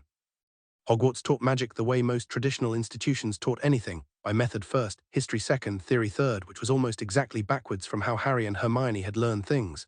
But the magic itself was extraordinary, spells and charms and the particular aliveness of incantations that were genuinely doing something, reaching into the structure of the world and rearranging it. And even if the pedagogy was occasionally maddening, the subject matter was not. Professor Flitwick's charms class was the one Hermione loved most immediately. Flitwick was tiny and precise, and had the rare quality of a teacher who actually wanted you to understand the why under the what, which meant Hermione had questions he had to think about, which he seemed to find genuinely enjoyable. Leviosa, he said, demonstrating the levitation charm on a feather. The wrist movement is precise, the incantation focuses your intent, but the movement channels it. The two must be simultaneous. The class attempted it. Feathers moved with varying success. Ron muttered the incantation wrong twice, then got his feather to twitch. Neville's feather launched itself off the desk and embedded itself point first in the ceiling, which Neville apologized for at length. Harry looked at his feather. He looked at his wand. He thought about the fact that he'd been levitating things for years without either. The wand was a focus, a channel, a way of being precise about something he'd always done imprecisely. He pointed the wand and said quietly, Wingardium Leviosa, with the right movement, and his feather rose to the ceiling in a straight, controlled line and held there perfectly still. Flitwick looked at it. Mr. Potter, he said, in the voice of someone who'd started a sentence before he'd decided how to finish it. Excellent, could you bring it down? Harry brought it down gently. And could you do it without the incantation? Flitwick said. Harry looked at the feather. He thought the word rather than said it, and the feather rose again. He set it down. Flitwick had both hands clasped in front of him. Extraordinary, he said. You've been practicing. Since I was about 5, Harry said, without a wand. Mostly. Flitwick collected himself with the visible effort of someone recalibrating a lesson plan mid-lesson. Then your priority this year will be precision and control, not basic function. We'll talk after class. Hermione got her feather up on the first try, assessed the height, made a minor adjustment, and set it down precisely where it had started. She had already moved on to attempting the next charm in the textbook. Potions was different. Professor Snape was the man with the dark eyes and the controlled contempt, and up close, in the stone-walled dungeon classroom that smelled of things preserved in ways that bore examination only if you were prepared for the answers, the contempt was more apparent and the control more impressive. He moved through the classroom with the coiled precision of someone who was always thinking 3 things simultaneously, and had decided that most of the people in front of him were not worth all 3. He called roll with the careful attention of a man reviewing a bill for overcharges, and when he reached Harry he paused. Harry Potter, he said, our new celebrity. Harry looked up from the ingredients list. Just Harry is fine, he said. I beg your pardon. You said our new celebrity, Harry said. I thought I'd clarify the preference. A silence. Snape looked at him with those flat, dark eyes, reading something in Harry's face with the focused attention of a person who was very good at reading faces and had just encountered something they were recalibrating against. Fame isn't an achievement, Snape said. No, Harry agreed. It isn't. Another silence. Snape moved on. The practical work went well. Harry had been doing chemistry with Bruce for 6 years, and potion-making mapped onto it with a logic that was intuitive once you understood that the magical component was the intention held while you worked and not something you added separately at the end.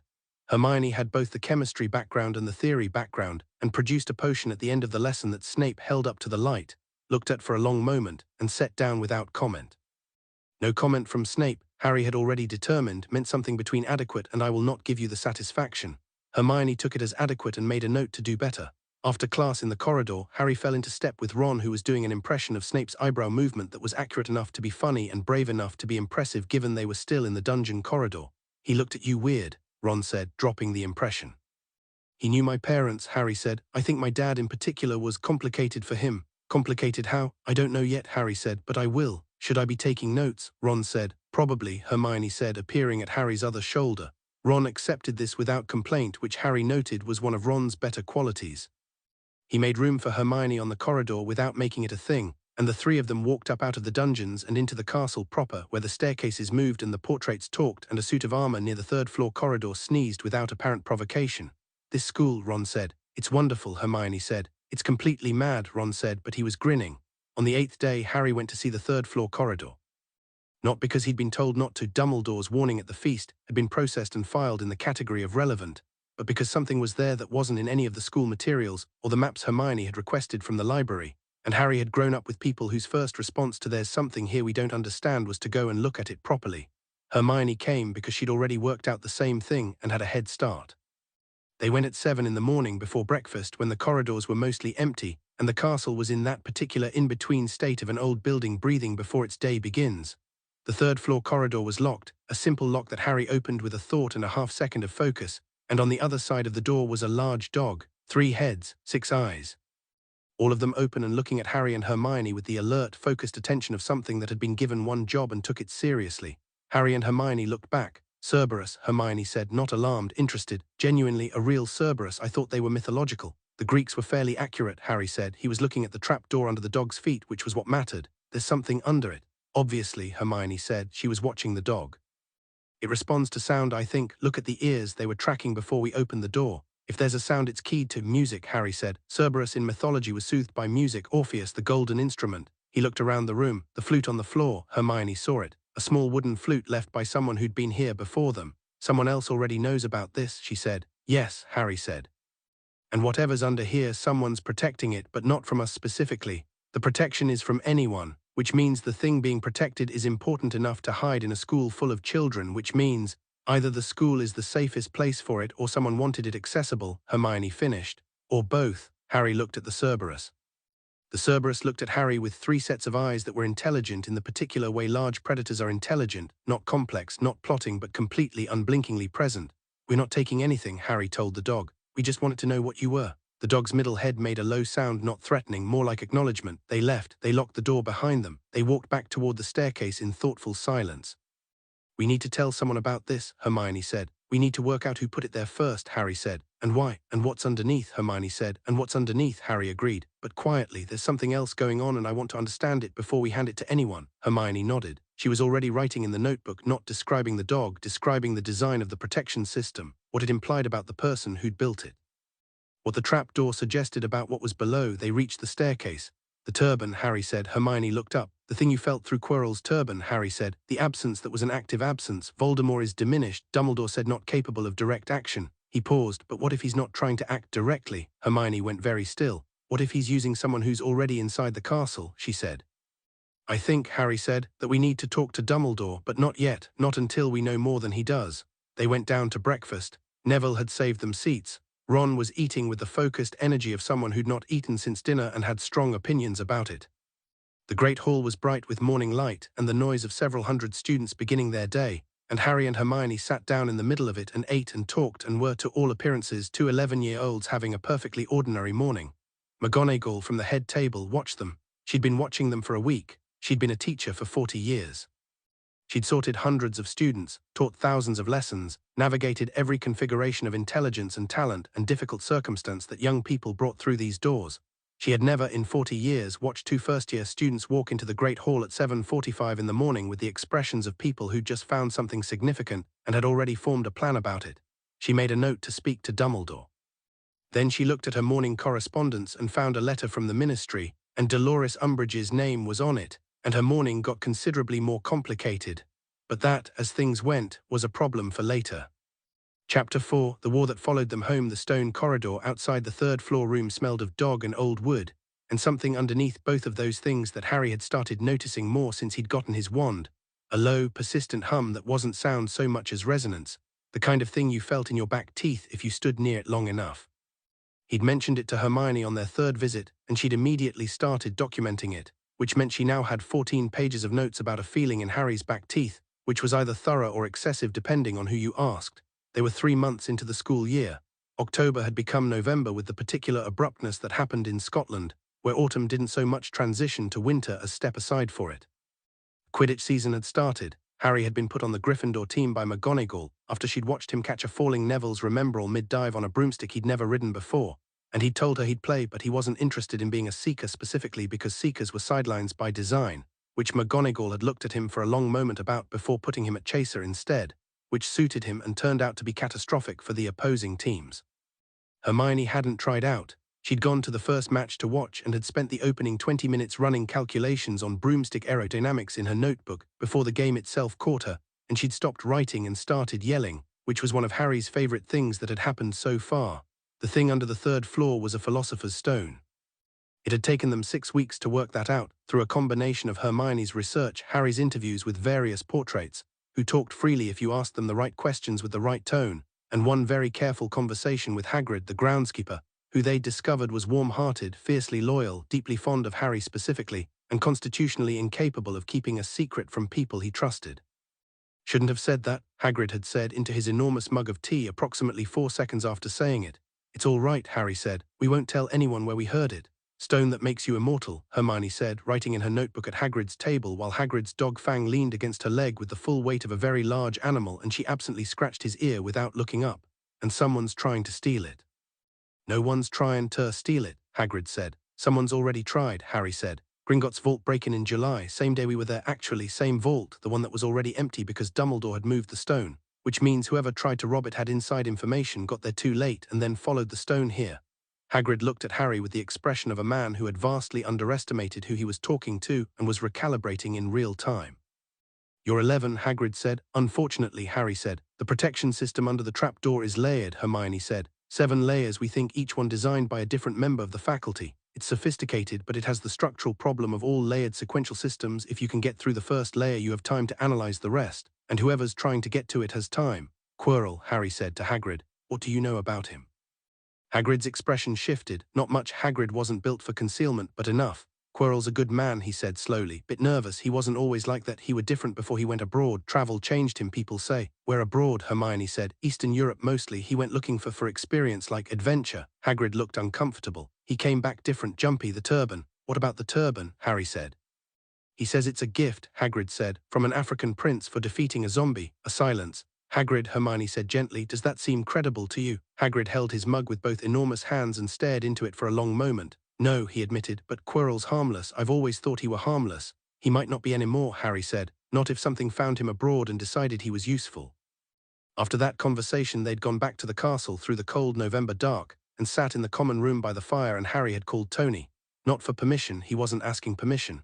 He called because Tony had been right that information was worth having even when it came from people with agendas, and Harry had been raised by someone who maintained that keeping the people who loved you informed was not weakness, it was operational competence. Tony picked up in 2 rings. Everything. Tony said, straight to it, the way he always was on the bracelet calls. Fine, Harry said. No immediate danger. I need to tell you what we've found. He told Tony everything, methodically, concisely, the way Tony had taught him to brief, bottom line first, supporting detail after, implications last. Tony listened without interrupting, which meant he was taking it seriously. When Harry finished, there was a brief silence. Quirrell, Tony said. Quirrell, Harry confirmed. And you think Voldemort is using him?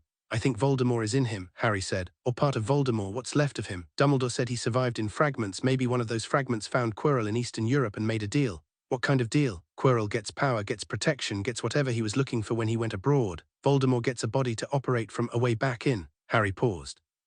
And if Quirrell gets the stone, if Voldemort can use it to get a real body back, he doesn't need Quirrell anymore, Tony said. Right. Another silence. Then Tony said, have you told Dumbledore? Not yet, Harry said. I want to understand more before I do. Dumbledore has his own plan for all of this, and I'd rather know what it is before I hand him information that might just accelerate a plan I haven't agreed to. That's smart, Tony said. Also paranoid. You raised me. Fair, Tony said. What do you need? Information on the Horcrux situation, Harry said. Dumbledore said there are multiple. The diary was destroyed, 1 down. The stone gets Voldemort a body but doesn't help him with the Horcruxes, so even if he gets the stone, he's still not fully back. He's still vulnerable. Harry turned the idea over. There's a timeline here. We have time if we're careful. JARVIS has been building a file, Tony said.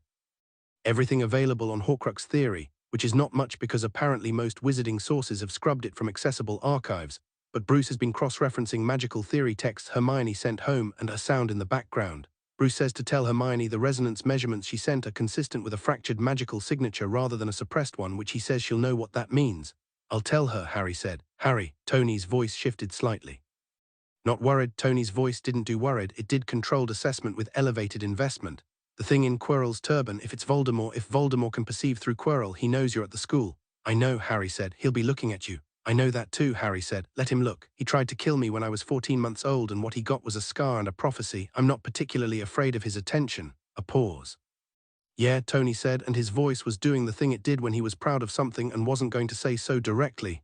Okay, keep me posted. Every week, Harry said. Hermione has a schedule. Of course she does, Tony said, and Harry could hear him smiling. December arrived, and the castle filled with the specific anticipatory energy of an institution approaching its holidays. Students who were going home packed with relief. Students who were staying tried to arrange their faces so the relief wasn't too visible to the ones who weren't. Harry and Hermione were staying. They discussed going home for Christmas. Tony had already sent plans for the Quinjet pickup, and they decided to stay because the school was quieter over the holidays, and a quieter school meant better access to things they were trying to understand. Ron was staying too, mostly because he wanted to and partly because his mother had sent him a rather frantic letter about staying close to Harry, which Ron had shared with visible exasperation, and Harry had filed as information about Mrs. Weasley having better threat assessment than most. Christmas morning in Gryffindor Tower was the kind of morning that had accumulated itself out of tradition and expectation, presents at the foot of the beds, snow on the castle grounds visible through the diamond-paned windows, the smell of something excellent coming from the direction of the Great Hall. Ron had more parcels than Harry and Hermione combined, all from his family, and opened them with the easy warmth of someone who'd had good Christmas mornings before and wasn't surprised by this one being good. Harry had gifts from the team. Tony's was a slim, flat device that looked like nothing, but was a miniature StarkTech analysis tool calibrated for magical energy readings. Steve had sent a book, an actual book, old, a history of resistance movements that had nothing to do with magic but everything to do with how people fight systems designed to outlast them. Natasha's package contained a folded piece of paper with 3 sentences of extremely specific combat advice for dealing with possessed individuals, which was so specifically relevant that Harry laughed out loud. Clint had sent a miniature bow and arrow set that was absolutely a joke, except for the part where it was precisely constructed and functionally perfect, and Bruce had sent notes, 10 pages of dense, careful handwriting on fractured magical signatures and what they suggested about containment. Hermione opened her package from Natasha and was quiet for a moment. Harry looked over and saw a necklace, small, silver, a design that looked decorative and wasn't, with the particular understated precision that was Natasha's signature in everything she made or chose. There was a card that Hermione folded once and put in her pocket without reading aloud. "Good," Harry said. "Yes," she said, and her voice was slightly different for a moment. Then she cleared it and picked up the next package. Ron had been watching their gifts with the polite interest of someone who was trying not to be nosy and wasn't fully succeeding. "Your family sends interesting things," he said. "They're interesting people," Harry said. "Are they really?" Ron stopped himself. "Yes," Harry said, "they really are." "Does it feel strange?" Ron said. I mean, your dad isn't really your dad, is he?" "Your mum isn't, they're my family," Harry said with the complete settled certainty of someone who'd worked this out a long time ago and didn't need to revisit it. "Blood doesn't make that, showing up makes that." Ron absorbed this in his thoughtful, quiet way. "Then my mum worries about you," he said. "She's been writing to Dumbledore. She thinks," he hesitated, "she thinks Stark doesn't know enough about our world to keep you safe in it." Harry looked at him. "Your mum's a good person," he said, "and she's right that Tony doesn't know everything about the magical world." He paused. "But she's measuring the wrong thing. The question isn't whether he knows the magical world. It's whether he knows how to keep people safe, which he does, and whether he loves us, which he does." He picked up the analysis tool Tony had sent and turned it over in his hands. "The people who know the magical world best haven't always done brilliantly by us either." Ron didn't have an answer for that, but he nodded slowly, in the way he nodded when he was filing something under probably right, need to think about it more, which Harry had come to recognize and appreciate. They found the Mirror of Erest in January. They'd been exploring the quieter parts of the castle during the Christmas break, Harry with the analysis tool, Hermione with her notebook, and had gone through a door that wasn't on any map and found a classroom that hadn't been used in years, and in it, the mirror. Harry stood in front of it and saw his parents. Not just Lily and James, they were there, both of them, Lily with his eyes and James with his ridiculous hair, both of them smiling the particular smile of people who got to see something they'd wanted very badly to see, but they were behind him in the mirror. And in front of them around Harry were Tony and Steve and Natasha and Bruce and Clint and Thor, and everyone was laughing at something, and the room in the mirror was the lab, his lab, and he was in it and not alone, and this was what the mirror showed him, his family, whole. He stood and looked at it for a long time. Hermione stood beside him and looked at it without saying anything for a while. Harry couldn't see her reflection from where he stood. The mirror seemed to show you what you showed yourself, but she was quiet for longer than she usually was. And when she stepped back, her jaw was set in the particular way it was when she was filing something under important, do not forget, revisit later. "We shouldn't come back," she said. "I know," Harry said. "Whatever it shows, it's not real. I know what it is," Harry said. He turned away from it. It was one of the harder things he'd done that year, and he didn't look back. They found out later that Dumbledore had seen him, had been in the room, or had found out somehow through the castle's mechanisms of knowing, and had said nothing and moved the mirror, and 2 days later had stopped Harry in a corridor to tell him gently what the mirror showed and why looking at it too long was dangerous. Harry had listened, had said thank you. Had not told Dumbledore that he already knew that Hermione had told him the same thing more concisely and had been equally right about it. He had told Dumbledore carefully that the mirror had shown him his family, not the dead ones, the living ones, and watched something complicated happen in the old man's face. "You are fortunate," Dumbledore said, "to have that." "I know," Harry said. February was when things accelerated. It started with Hermione's analysis of the stone's protection system. She'd been building a complete map of all 7 layers, partly through research and partly through the kind of careful lateral questioning of faculty that was so subtle as to be nearly undetectable. She mapped each layer to a faculty member: Flitwick's charm layer, Sprout's devil's snare, McGonagall's chess set. A logic puzzle that had Hermione's name on it in all but literal terms, which she'd solved in approximately 4 minutes when she worked through it. A troll, Quirrell's own protection, which was most likely a decoy. And at the center, Dumbledore's the mirror itself, with the stone hidden inside it in a way that could only be retrieved by someone who wanted to find the stone but not use it. "Dumbledore built the last layer for Harry specifically," Hermione said. They were in the library, the restricted corner Madame Pince had eventually given Hermione access to after their third substantial conversation about library organization, which Hermione had used as both a point of access and an opportunity to help reorganize 3 shelves that had genuinely needed it. "The mirror," Harry said. "He knew I'd be the one to face this. He's been building toward this all year," Hermione said, her voice even. "The stone being here, it's not just storage. It's a trap for Voldemort, and I'm the bait," Harry said. No, Hermione said, sharply enough that Madame Pince looked up from 3 rows over, more quietly. You're not bait, you're the mechanism. There's a difference. Bait is passive. Dumbledore thinks you're the active component, the one who can get to the stone and keep it away from Voldemort because you won't want to use it. He's right about that, Harry said. He's right about the what, but I'm not sure he's right about the how, Hermione said. He's assuming you go through the protection system alone. That's the plan he built. Harry facing Voldemort one-on-one in the room with the mirror. A confrontation, another rebounding of power. Probably he wants history to repeat. Harry thought about this. He wants Voldemort to fail again, Harry said slowly. Wants the same mechanism, me, the love, protection, the rebounding. Only I'm 11 now, not a baby, which means I can survive it consciously. And Voldemort, if he fails again, gets pushed further back, maybe broken further. It's not a bad plan, Hermione said carefully, but Harry said, but it assumes Voldemort doesn't adapt. It assumes the same trick works twice, and it puts you in a room alone with something we've been told is currently possessing a human being, which means we're talking about Quirrell too, and Quirrell is, she stopped. An innocent who got used, Harry said. Yes, Harry was quiet for a moment. Then I'm calling Tony. Tonight, Hermione said, let me finish the map first. She picked up her quill, and we should tell Ron. Why Ron, Harry said. Because he's in this, Hermione said. He's been in it since November and he knows it, and he's been not asking us about it very loudly for 2 months. Because he's clever and reliable, and if something goes wrong and we need someone who knows the castle and can get help, Ron Weasley is exactly the right person. She paused. And because he's our friend, and it would be wrong not to. Harry looked at her. When did you work all of that out? October, she said. I've been waiting for you to catch up. He threw a balled-up piece of parchment at her. She caught it without looking.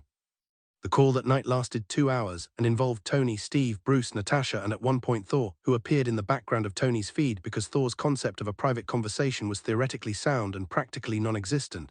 Tony listened to the full briefing Harry gave it. Hermione supplemented. The analysis tool data was transmitted through JARVIS via the bracelet's connection and was quiet for longer than usual at the end of it. Right, Tony said. Right, Harry said. You are 11 years old, Tony said. You keep saying that like it changes the situation, Harry said. It doesn't, Tony said, which is the problem. He exhaled. Okay, here's what I'm thinking. You're right that Dumbledore has a plan. You're right that the plan might work. You're also right that might is not good enough for my standards. He paused. I want a team ready. The Avengers can't go to Hogwarts, Hermione said. No, Tony agreed. Not without creating a diplomatic incident with the magical world that complicates things for years. But I can have a team at the border of the school's wards. If the bracelets go to emergency signal full pulse, both of you, we come in. The wards, Hermione said. JARVIS has been working on it, Tony said. Based on the energy readings from Harry's tool, there are gaps in the outer ward system. They were designed to keep muggles out, not Stark tech. We can get through. Long from activation to entry, Steve said from behind Tony's shoulder. 4 minutes if we're already in position, Tony said, which we will be. We may not have 4 minutes, Hermione said, which is why we're not waiting for things to get critical, Tony said. You call it before it gets critical. You call it the moment things move. He looked at Harry through the screen. You are not doing this alone. I don't care what Dumbledore's plan says. You have a team. I know, Harry said.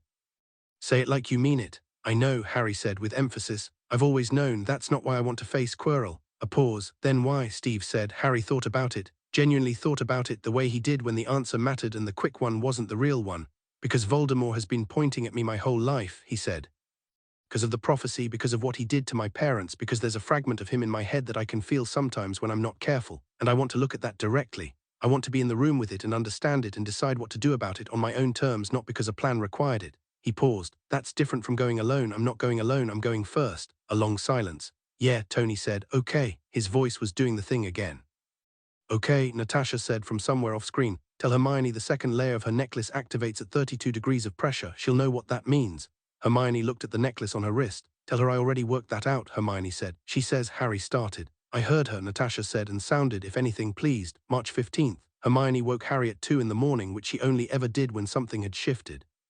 She had her wand in her hand and her notebook under her arm, and the expression she wore when she'd been running calculations, and the numbers had come out at something that required immediate action. Quirrell moved tonight, she said. I put a monitoring charm on the 3rd floor corridor door 3 weeks ago. Flitwick showed me the base construction last month and I modified it. He went through 40 minutes ago. Harry was already out of bed. They woke Ron. Ron, to his permanent credit, asked 0 questions, put on his shoes and said, What do we need? You need to get to Dumbledore, Hermione said. His office, the gargle on the 3rd floor. The password is sherbet lemon. Tell him what's happening. Tell him Harry and I are already inside. Already inside, Ron said. Right, and if Dumbledore isn't there? McGonagall, Harry said. Or Snape. Ron looked at the name on his face. I know, Harry said. But he's not the threat tonight. Tell McGonagall or Snape and they'll get to Dumbledore. Ron nodded. He looked at Harry. Come back, yeah, he said with the direct simplicity that was purely Ron. Obviously, Harry said. They went. The dog was already sleeping. Quirrell had used the flute or something equivalent and the trap door was open. Harry and Hermione dropped through it in sequence, Harry first, and the devil's snare caught them both, and Harry burned it back with a quick, clean burst of light, and they ran. The protection system was exactly as Hermione had mapped it. The winged keys, Harry in the air on a broom, reading the flight patterns of 1,000 moving objects with the instinctive spatial awareness that came from 3 years of Quidditch, retrieved in under a minute. The chess set was Hermione's, and she played it in 8 moves with the focused, rapid precision of someone who'd seen the position before, which she had in practice in her head because she'd been running the game theoretically for 2 months. The troll was already knocked out. Quirrell had handled it on the way in, which saved them time. The logic puzzle Hermione solved in 45 seconds because she'd seen it before too. She handed Harry the right vial. "I go first," Harry said. "Obviously," she said. "But I'm right behind you. The stone, I know what to do," she said. "If you can't get to it, if something goes wrong, I'll go back and bring Tony in. That's the plan." "That's not the plan, that's my plan," she said with the tone that meant the argument was over. "Go." He went through the black fire. The room on the other side was dim and warm and smelled of the resonance he'd been tracking for months, the low hum that had always underlain everything. The mirror of Eris stood at the far end, and in front of it was Quirrell. Quirrell turned around. He didn't look nervous anymore. That part of him, the flinching, twisting anxiety he'd worn as his surface, was gone. What was underneath it was something colder and more deliberate. "I wondered when you'd come," Quirrell said. "You knew about us," Harry said. He walked forward without hurrying. "The Dark Lord knew," Quirrell said. "We have known about you since September, since before September." He tilted his head. "We have been watching you, Harry Potter. You are not what we expected." "Good," Harry said. He looked at the mirror. His reflection looked back, family whole, laughing, and behind his reflection he could see the stone, small and red, dropped into his reflected pocket. The stone appeared in his real pocket. It was cold and surprisingly light, and the moment it was there he felt the mirror's enchantment complete, a lock clicking into place, and the mirror went dark and still. Quirrell made a sound like something calculating. "Give it to me," he said. "No," Harry said. "You're 11 years old," Quirrell said, and his voice was shifting, layering like 2 tracks running slightly out of sync, a smoother and more terrible voice bleeding through the one on top. "People keep saying that," Harry said. Hand on the stone in his pocket. The analysis tool on his wrist was already transmitting. Emergency signal from the bracelet sent. "It's not as compelling as everyone seems to think." Quirrell took a step forward, and Harry raised his wand, holly and phoenix feather, 11 inches, and pointed it with the steady, unhurried calm of someone who had trained for this specific category of situation, minus the specific details, for years. The spell he chose wasn't from the Hogwarts curriculum. It was something Natasha had described to him in the specific operational briefing she'd written on the 3rd of December, the one that arrived in Bruce's monthly notes package. A magical binding, ancient, designed for containment of partially spiritual entities, drawn from a source outside British wizarding tradition that Hermione had cross-referenced from 3 different non-Western magical texts over Christmas. It hit Quirrell, and Quirrell went still, not frozen, still. Like something inside him had been interrupted mid-instruction. "The Dark Lord," Quirrell said very quietly, "cannot be stopped this way." "I'm not trying to stop him," Harry said, walking forward. "Not tonight. Tonight I'm just stopping this." The layered voice came through stronger, not Quirrell anymore, almost entirely the other thing, thin and terrible and furious in the way that things are furious when they realize a plan they've built for a year has just been quietly dismantled by someone they underestimated. "You cannot, the prophecy, you will die." "Maybe," Harry said, "but not tonight." He was standing in front of Quirrell now, close enough to see the detail of the turban, close enough to feel the cold that radiated from whatever was underneath it. And he did the thing he'd worked out in December, the thing that had come from Bruce's notes and Hermione's mapping and Tony's analysis and Steve's quiet advice about knowing what you're doing before you do it. He reached out with the sense he'd been developing since he was 5 years old, the one that wasn't sight and wasn't magic exactly but was something underneath both, and he felt for the fragment. It was there. Cold and sharp and terrified in the way that only diminished things could be terrified, because things at full power feared nothing, but fragments feared everything because they could feel their own incompleteness. Harry pushed. Not violently, it wasn't violence exactly, it was more like correcting a current.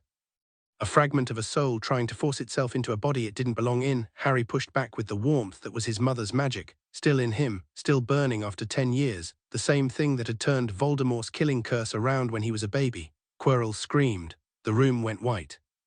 When the white cleared, Harry was on his knees and Quirrell was on the floor, and there was a dark shape in the air above Quirrell's body, thin and formless and shrieking with the high, terrible sound of something that was mostly nothing.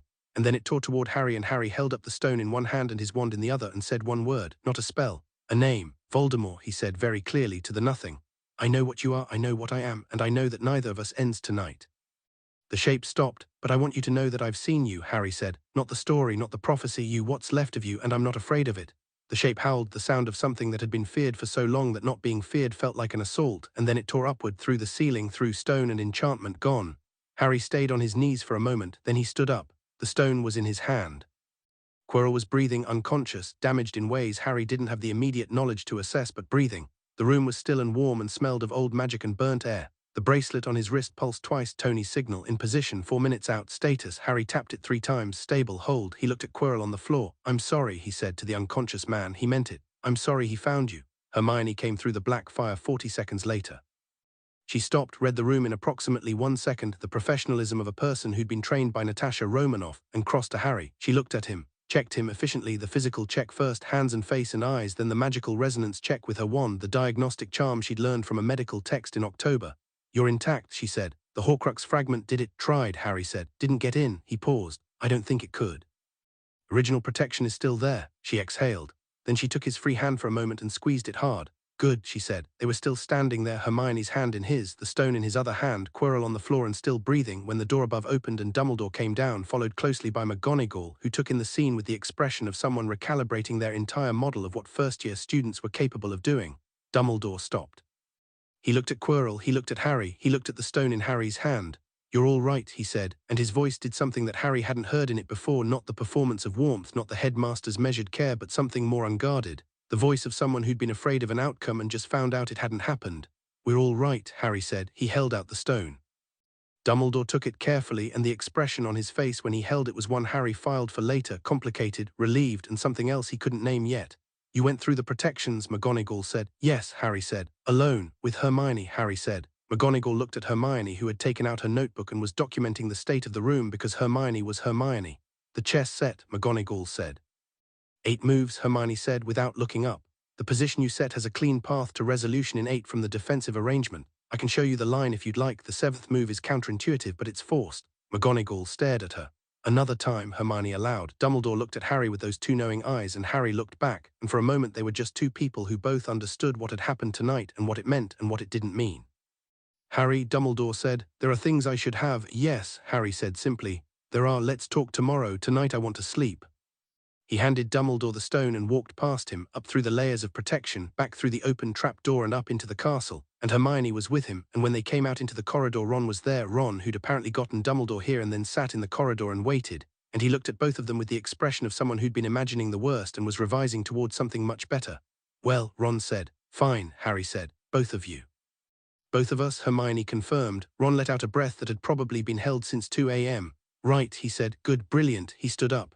Are we going to talk about what just happened? Tomorrow, Harry said. Tomorrow, Ron agreed then. Was it him? Was it you know? Tomorrow, Harry and Hermione said together.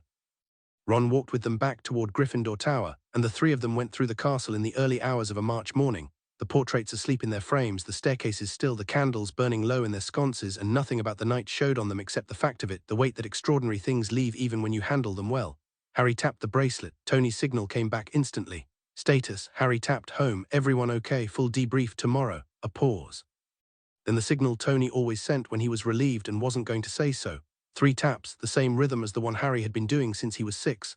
From their first real conversation in the lab at 2 in the morning when Harry had unlocked the tablet and Tony had handed him the Stark pad and they'd sat on the bench together and figured out slowly and without ever exactly naming it that they were going to be fine. Harry tapped 3 back. He went to bed. Chapter 5, The Death Eaters learn a lesson. 3 years passed the way good years do, fast when you're in them, large when you look back. Hogwarts had adjusted to Harry and Hermione the way any institution adjusts to something it wasn't designed for, slowly, with resistance in some quarters and genuine enthusiasm in others, and with the gradual, grudging acknowledgement from those in the resistant quarters that the adjustment was happening whether they liked it or not. By 3rd year, the defense against the dark arts classes had been rebuilt 3 times, once because Professor Quirrell's position had needed filling after the events of 1st year, once because his replacement, Gilderoy Lockhart, had lasted approximately 3 weeks before Harry had asked him to demonstrate the dueling technique he described in Chapter 7 of his 3rd book, and the subsequent disaster had required St. Mungo's involvement. And once after that because the 3rd professor had been a werewolf who turned out to be one of the most competent teachers the school had seen in a decade, and Hermione had immediately liked him enormously, which had caused Ron significant low-grade jealousy that he'd denied at volume. Remus Lupin had stayed 2 years. He'd left at the end of 3rd year under circumstances that were largely political and mostly unjust, and had nothing to do with his capability and everything to do with institutional cowardice, which Hermione had said to his face on his last day, and which Lupin had received with the expression of someone who'd expected nothing better and was nonetheless moved to be seen clearly. He still wrote to them. Monthly, detailed, The letters of someone who'd found two students interesting enough to keep thinking about after the job ended.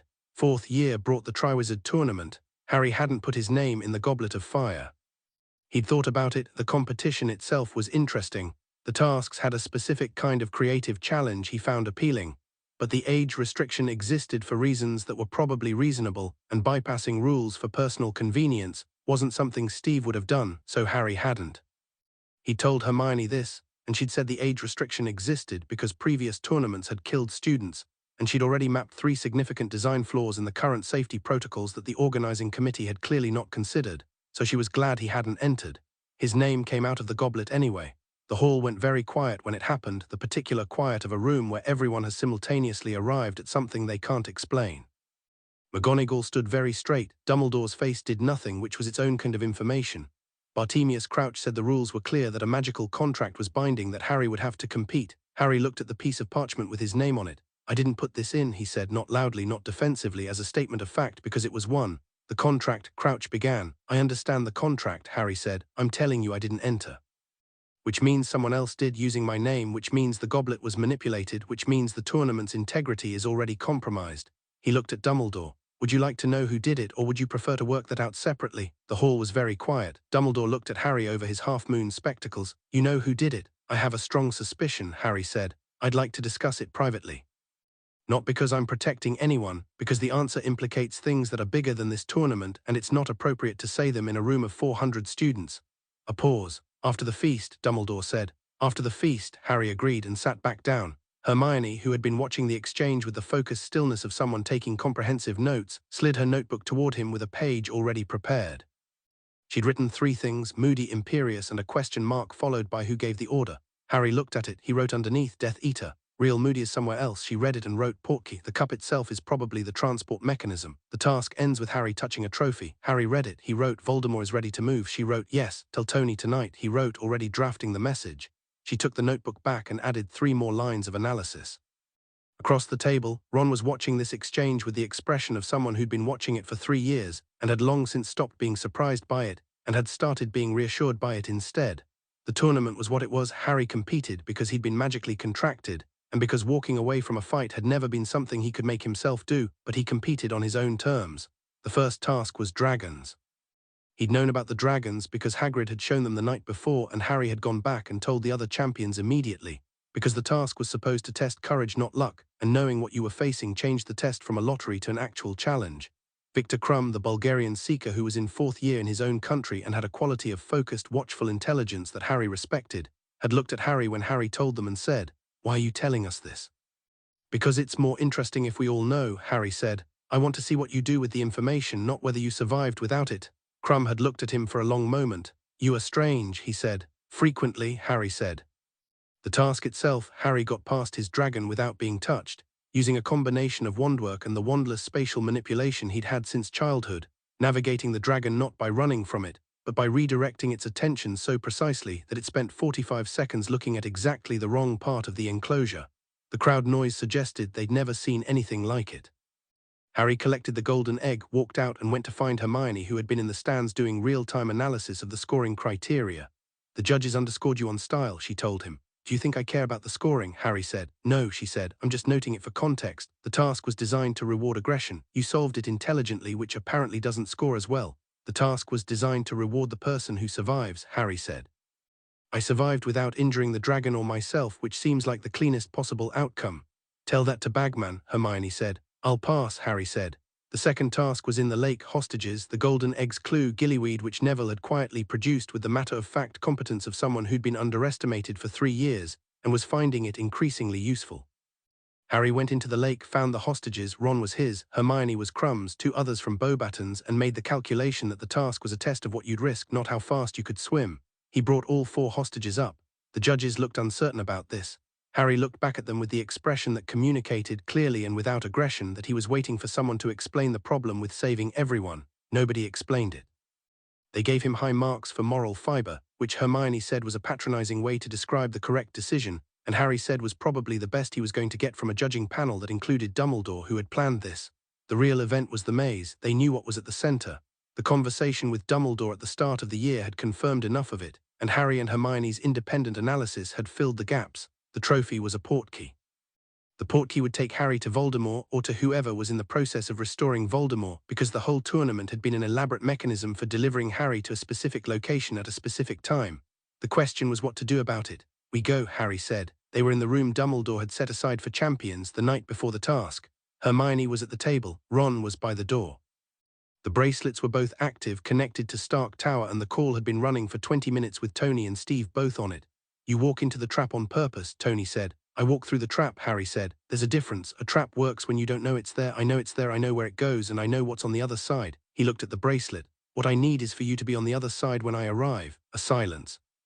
"Portkey will take you to a location we can't predict in advance," Natasha said from somewhere behind Tony. "We can narrow it," Hermione said. "Death Eater activity over the past year has concentrated in a radius of approximately 60 miles around Little Hangleton in Yorkshire. There's a graveyard there, Riddle family plot. It's exactly the kind of location that has the symbolic weight that Voldemort would choose." She'd been building this argument for 2 weeks, and it was complete. "JARVIS can have the Quinjet over Little Hangleton before the task ends. The moment the bracelet signal hits a fixed point, you've got the coordinates." "Arrival time," Steve said. 7 minutes from bracelet activation," Tony said. He'd already been running the math. "If we're in the air before the task starts." "You'll need to be," Harry said. "The graveyard is where Voldemort regains a body. We can let that happen. Stopping the ritual would require actions that put other people at risk, and Pettigrew is involved and he'll run if he feels threatened. We let the ritual complete." He paused. "What I need is for when he comes back, the fight isn't only mine." "It was never only yours," Steve said with quiet, absolute certainty. "I know," Harry said. "I'm saying it out loud because Dumbledore's version of this ends with me dueling Voldemort alone in a graveyard at 14 and winning through the connection of twin-core wands, which is a plan that has a narrow margin for error." "Unacceptably narrow," Tony said. "So we widen it," Harry said. Another silence. Then Thor's voice, very large from the far background. "We have been waiting for this," he said with the uncomplicated readiness of someone who found the prospect of fighting a powerful dark wizard not alarming but genuinely motivating. "The Odinson will be prepared." "Thor," Tony said. "He will bring Mjolnir," Thor said. "I know," Tony said. "That's fine, fine." A pause. "Hulk stays home." "Banner agrees," Bruce said from somewhere. "Mostly." Ron, who had been listening to this entire conversation with the expression of someone watching the definition of backup plan be redefined in real time, looked at Harry. "Your family," he said. "Yeah," Harry said. "They're brilliant," Ron said with complete sincerity. "Don't tell Tony," Harry said. "He's insufferable enough already." "I heard that," Tony said. "Good," Harry said. The maze was full of things, curses and creatures and enchantments designed to disorient and delay, the whole structure of it built to make the journey feel like an achievement before the destination became a trap. Harry moved through it with the combined spatial awareness of 3 years of Quidditch and a childhood of training in environments specifically designed to be confusing, keeping his internal compass steady and his attention outward. He found Cedric Diggory halfway through. Cedric was a 6th-year Hufflepuff who was straightforward and competent, and had been navigating the maze with the methodical patience of someone who understood that the right pace beat the fastest pace in most environments. Harry had liked Cedric from the start of the tournament in the particular way you like someone who's genuinely good at what they do without needing you to notice. "Potter," Cedric said. "Diggory," Harry said. "There's something behind you." Cedric turned. Harry dispatched the acromantula that had been positioning itself above the hedge with a spell that made it retreat without harming it seriously, because it was an animal doing what animals did. Cedric looked at where the acromantula had been, then at Harry. "Thanks. The trophy is a portkey," Harry said. Cedric went still. "I know what this tournament has been," Harry said, "and I know where the cup takes whoever touches it, and I'm telling you because you need to know and because you've played this straight the whole time and you deserve to make an informed choice." He held Cedric's gaze. "Don't touch the trophy, stay in the maze until I signal you and then get yourself out." "What's on the other side?" Cedric said. "Voldemort," Harry said, "or the reconstruction of him." A long silence. "And you're going anyway," Cedric said. "Yes, why?" Harry thought about it. "Because he's going to come back whether I'm there or not," he said. "And I'd rather be there with a plan than have it happen somewhere I'm not and catch me unprepared." He paused. "And because some things you have to face directly, not because a prophecy says so, because that's who you are." Cedric looked at him for a long moment with the expression of someone arriving at an assessment that they're going to carry for a long time. "You're not like I thought you'd be," he said.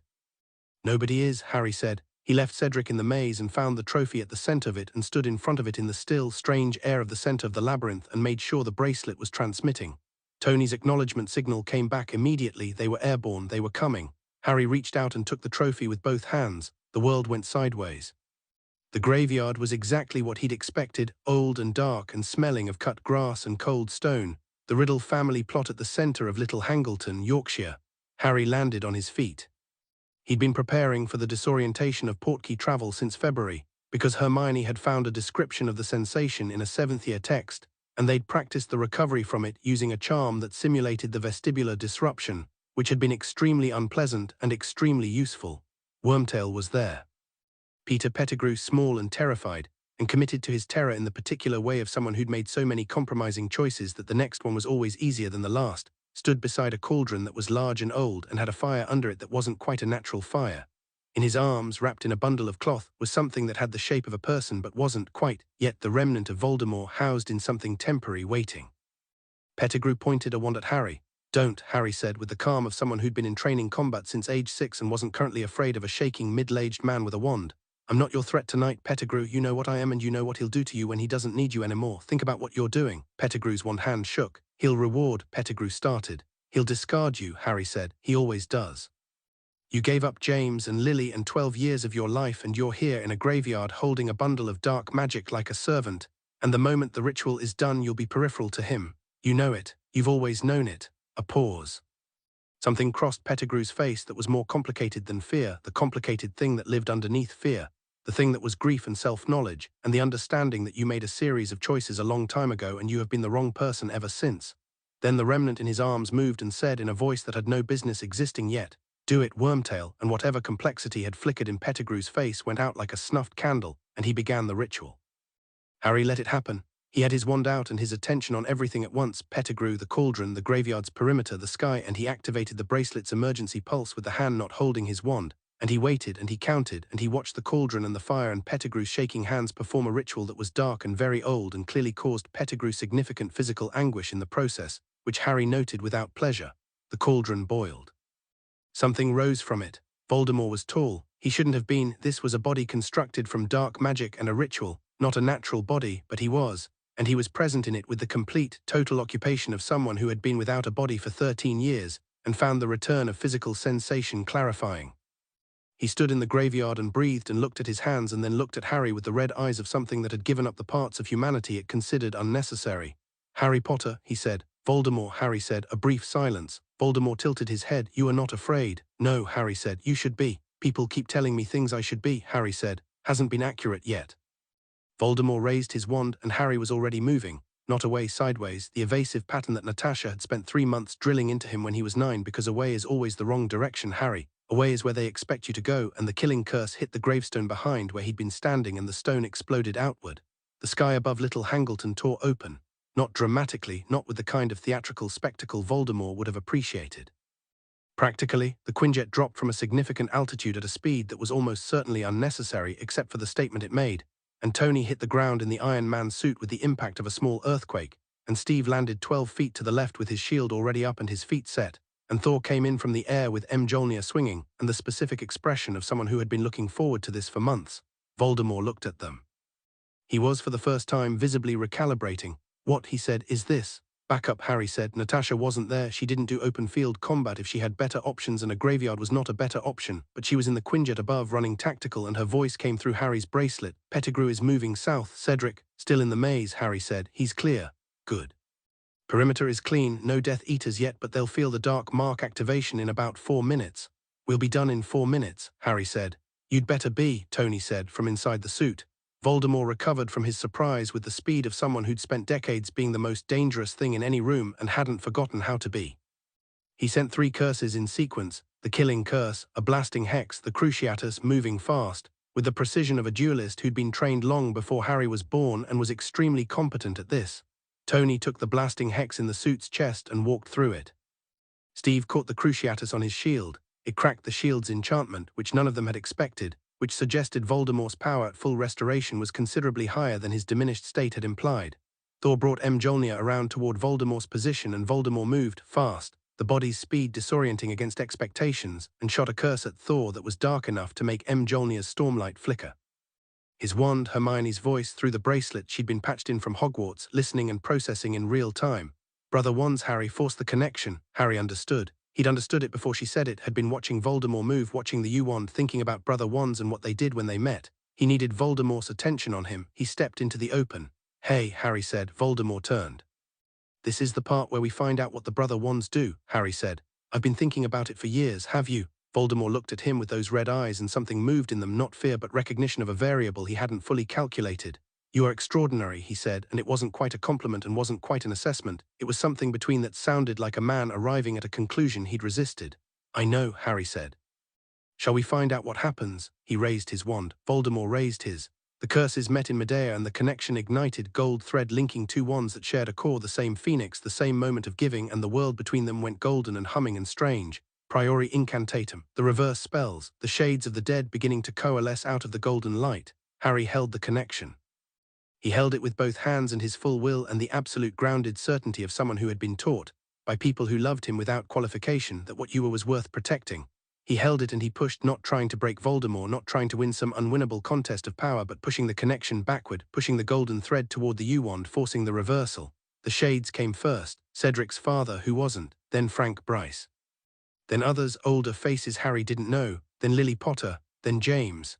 Harry looked at his parents in the golden light, and they looked at him, and Lily said very quietly in a voice that was almost sound and almost not, "Hold on, baby, just a little longer." He held on.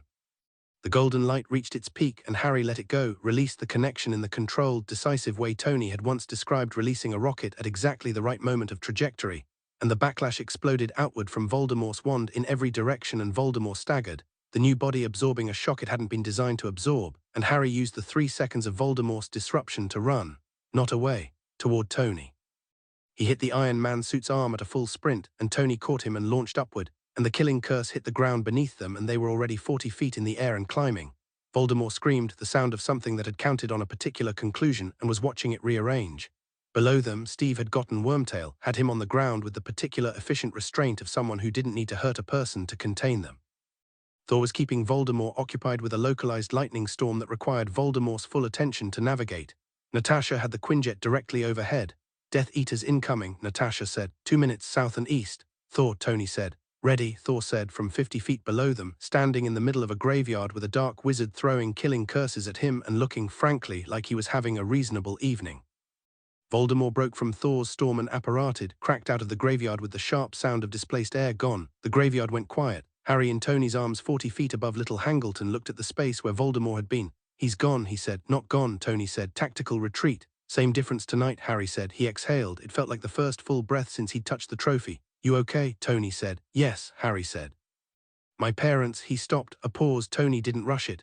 "I saw them," Harry said. "In the connection they spoke." "Yeah," Tony's voice was quiet. "Lily told me to hold on," Harry said. A longer silence. "Smart woman," Tony said. "Yes," Harry said. "She was." They brought the Quinjet down in the field beyond the graveyard, and Steve loaded Pettigrew, bound and miserable and saying nothing, into the cargo hold. Thor landed and shook the graveyard dirt from Mjolnir with the equanimity of someone for whom a dark wizard fight was a medium difficulty evening. Natasha ran a full sweep of the perimeter. Harry sat on the Quinjet's loading ramp and thought about Voldemort running. Voldemort had run, not because he was broken, he wasn't. He'd come back stronger than any of them had anticipated, the new body carrying power that his diminished form hadn't, but he'd run because the calculation had changed. Because he'd come to a graveyard expecting a 14-year-old boy and found something significantly more complicated, and he was intelligent enough to recognize when a plan had failed and cut his losses, which meant he would regroup, would think, would plan, which meant this wasn't the end. Harry thought about the Horcruxes still out there, most of them anchoring Voldemort to life no matter what happened to his body tonight. The diary was gone, the others weren't. Even if they destroyed him here, even if the golden connection had broken him, he would have come back. "Hermione," he said, into the bracelet. "Here," she said immediately. She'd been there the whole time, he knew, had been listening and processing and would have full notes prepared. "We need to talk about Horcruxes," he said. "I know," she said. "I've been preparing a framework. Come home first." "We're coming," he said. "I know," she said. "I watched the whole thing through the tactical feed Tony set up. You were brilliant. Don't let it go to your head." "Too late," Tony said from inside the suit. "I was talking to Harry," Hermione said. "You're already insufferable, Tony. There's no marginal impact." Tony Stark laughed, the real laugh, the one that didn't happen in public or in press rooms, and the sound of it in the cargo hold of the Quinjet made Steve smile and made Thor look gratified and made Harry feel the particular weight of the night lift slightly, the way weight lifts when you're carrying it with people who are also carrying it. They were supposed to be discreet about it. The Quinjet had landed outside the wards, Harry and Hermione had gone back through on foot, and the intention had been that the tournament's aftermath would be managed through official channels, Dumbledore, the Ministry, the careful diplomatic untangling of what had happened in the graveyard. That plan lasted until Cornelius Fudge arrived. Fudge was the Minister for Magic. a man whose primary political skill was the suppression of information that complicated his preferred narrative, and whose preferred narrative was that Voldemort's return was not possible because Voldemort's return would require him to do something difficult. He arrived at Hogwarts in the early hours of the morning with 2 auras and a woman Harry had not yet met, but Hermione identified immediately from the Ministry organizational charts she'd memorized in 3rd year. Dolores Umbridge. She was shorter than Harry had expected and pinker than any adult person had reason to be, wearing robes in a shade of pink that seemed specifically selected to create a dissonance between its softness and the quality of attention in her eyes, which were the eyes of someone who had built a career on deciding what was true and enforcing that decision regardless of evidence. She looked at Harry with an expression of structured benevolence that didn't touch anything below the surface of her face. "Harry Potter," she said in a high, sweet voice that managed to make his name sound like a correction. "We've been hearing some very concerning things." "Good," Harry said, "then I won't need to repeat them." Umbridge's smile stayed exactly where it was. "The Ministry's position is that the recent events require careful investigation before any public statements are made. It would be irresponsible to cause widespread panic based on the word of a single student." 2 students, Hermione said. She had her notebook out. "And 4 additional witnesses who are not students whose testimony is documented and available." She looked up from the notebook. "Including a recorded debrief transmitted to and stored by JARVIS, that's the AI system operated by Stark Industries, which timestamps and verifies all content. The record is complete, authenticated, and admissible in any court that deals with electronic evidence." She paused. "Does the Ministry deal with electronic evidence?" Fudge looked at Umbridge. Umbridge looked at Hermione with an expression that was still smiling and had gone somewhere very cold underneath. "My dear, the Muggle worlds. I'm aware of the Ministry's current policies on Muggle technology," Hermione said. "They're outdated by about 40 years. That's a separate conversation. What I'm telling you is that the record of tonight's events exists, is secure, and is backed up in multiple locations that are not subject to Ministry jurisdiction." She said this pleasantly and with complete calm. "Voldemort has returned. Peter Pettigrew, who was believed dead, is alive and in Ministry custody as of approximately 40 minutes ago. Both of those facts are documented. What you choose to do with that information is your decision, but the information itself is not going away." Umbridge turned to Fudge. "Minister," she said in a tone that communicated an entire conversation in 2 syllables. Fudge had the look of a man standing in a room where the walls were moving and he was trying to decide whether to notice. He looked at Harry, he looked at Hermione. He looked at Dumbledore, who had been standing quietly at the back of the room throughout this exchange with the expression of someone watching something develop that he'd partly anticipated and was partly surprised by. "The official Ministry position," Fudge began, "will not change the facts," Harry said. "You can call me a liar, you can call Hermione a liar, you can say Dumbledore is wrong and Peter Pettigrew is someone else and what happened in that graveyard tonight was a weather event. You can do all of that." He looked at Fudge with steady, calm eyes. "And then Voldemort will continue to rebuild his forces because you gave him the cover of your denial, and when he moves publicly, which he will, you will have done it. Not us, you." A silence. Umbridge stepped forward. "I think," she said with the particular manner of someone who has decided that the conversation needs to be redirected because it is not going the way she'd planned, "that what we have here is a very brave young man who has had an extremely frightening experience and is understandably confused about—" "I'm not confused," Harry said. "The nature of what he witnessed, I'm not confused," Harry said again in the same tone, not raised. "Just present the way Steve had taught him that the truth didn't need volume to be the truth. And I'm not frightened. I was in that graveyard, I watched the ritual, I spoke to Voldemort and dueled him and watched him run when the odds didn't favor him anymore. I am telling you what happened. What you do with it is your problem." Umbridge looked at him for a long moment. Something moved in her face that wasn't the performance, something that was actually reading him, actually assessing, and arriving at a conclusion she didn't like. She had spent a career in the Ministry managing narratives about young people and difficult truths, and she had a particular template for how this kind of confrontation went. The young person was afraid of authority or embarrassed or could be made to doubt themselves with enough applied confidence or could be maneuvered into a position where their credibility was the question rather than the facts. None of those templates were working. She smiled anyway. "This will be addressed through proper channels," she said. "Write down what channels," Hermione said, handing Umbridge a piece of parchment and a quill. "And a timeline, I'd like it in writing."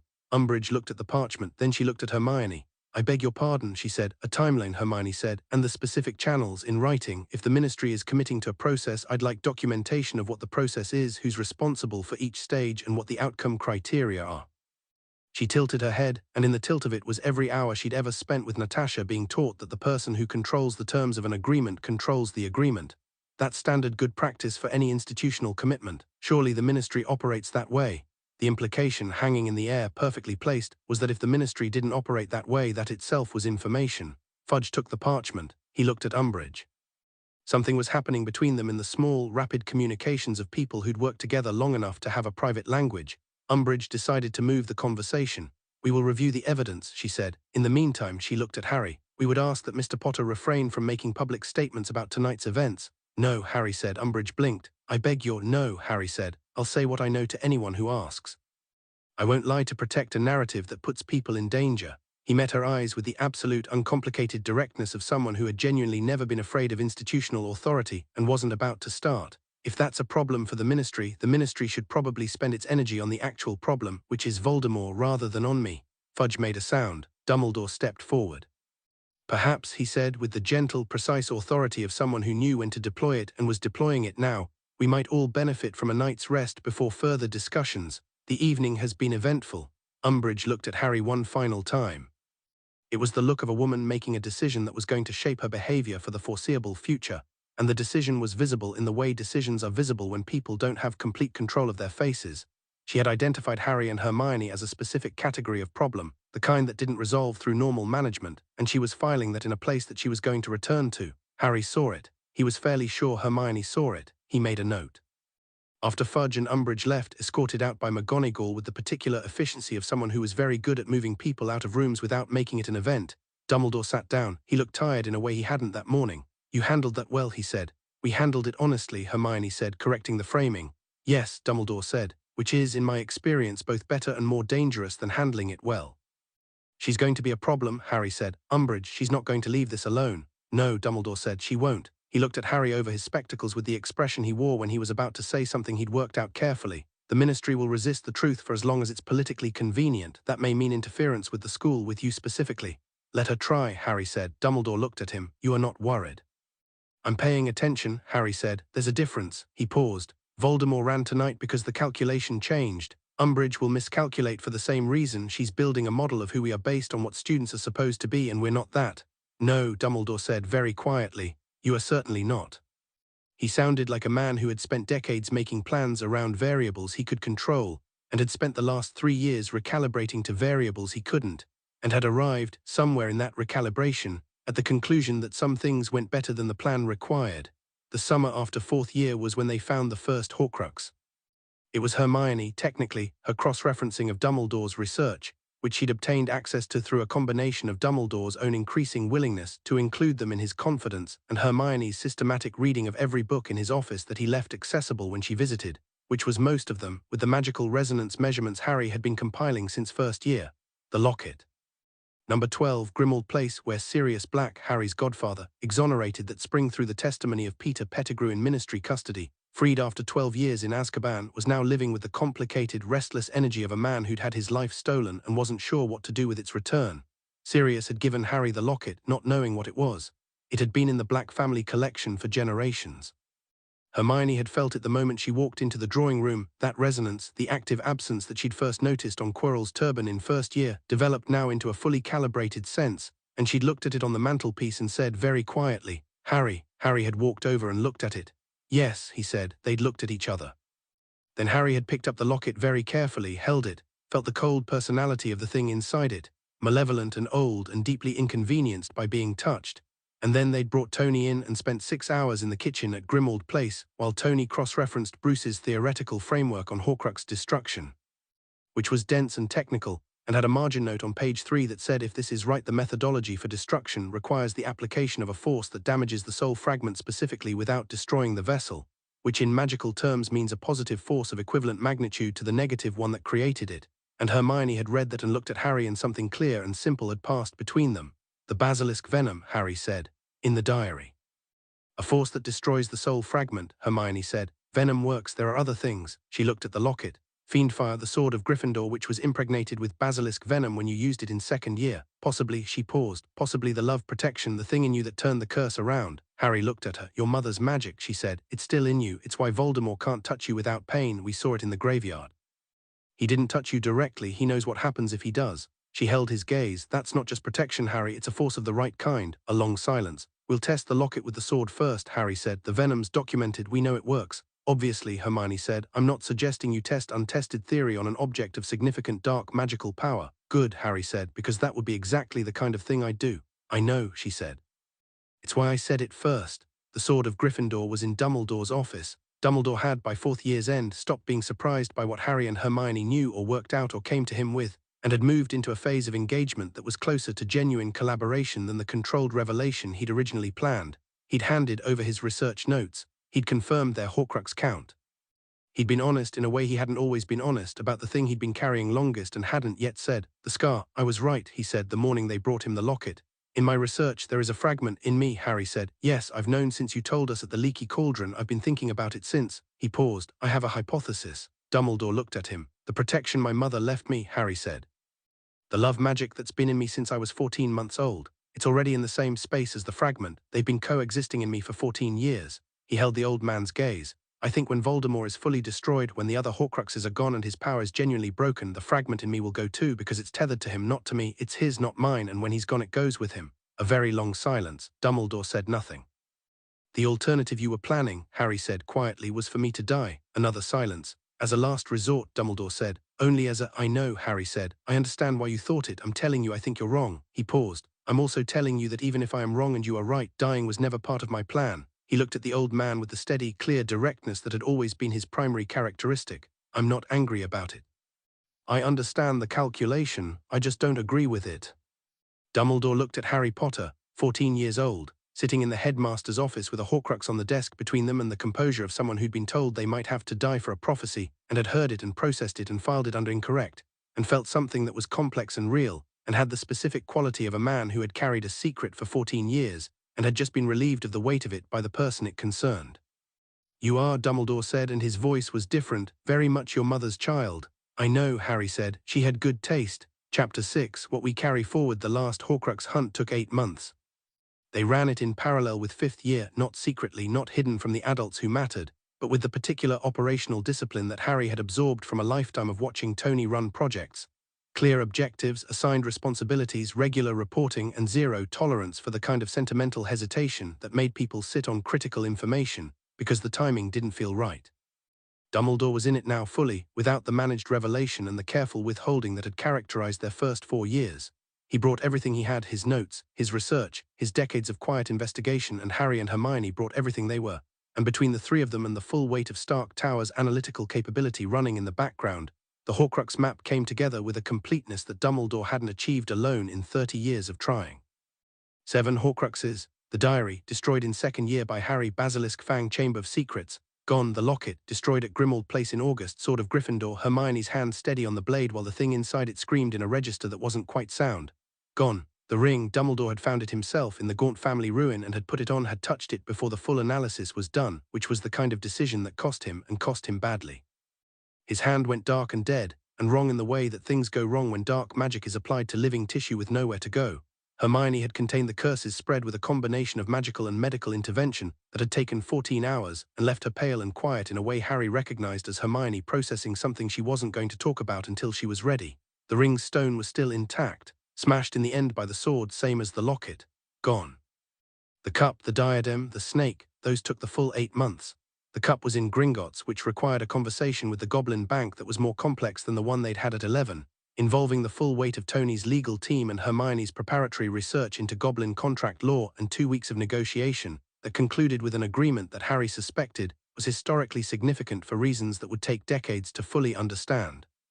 The diadem was in the room of requirement, which Harry walked into on a Tuesday morning in January with the sword over his shoulder, and found it on a broken desk between a cracked mirror and a stuffed troll's leg, and it shrieked when he brought the blade down on it with the specific shriek of something that had been waiting to be found for centuries, and was furious it had taken this long.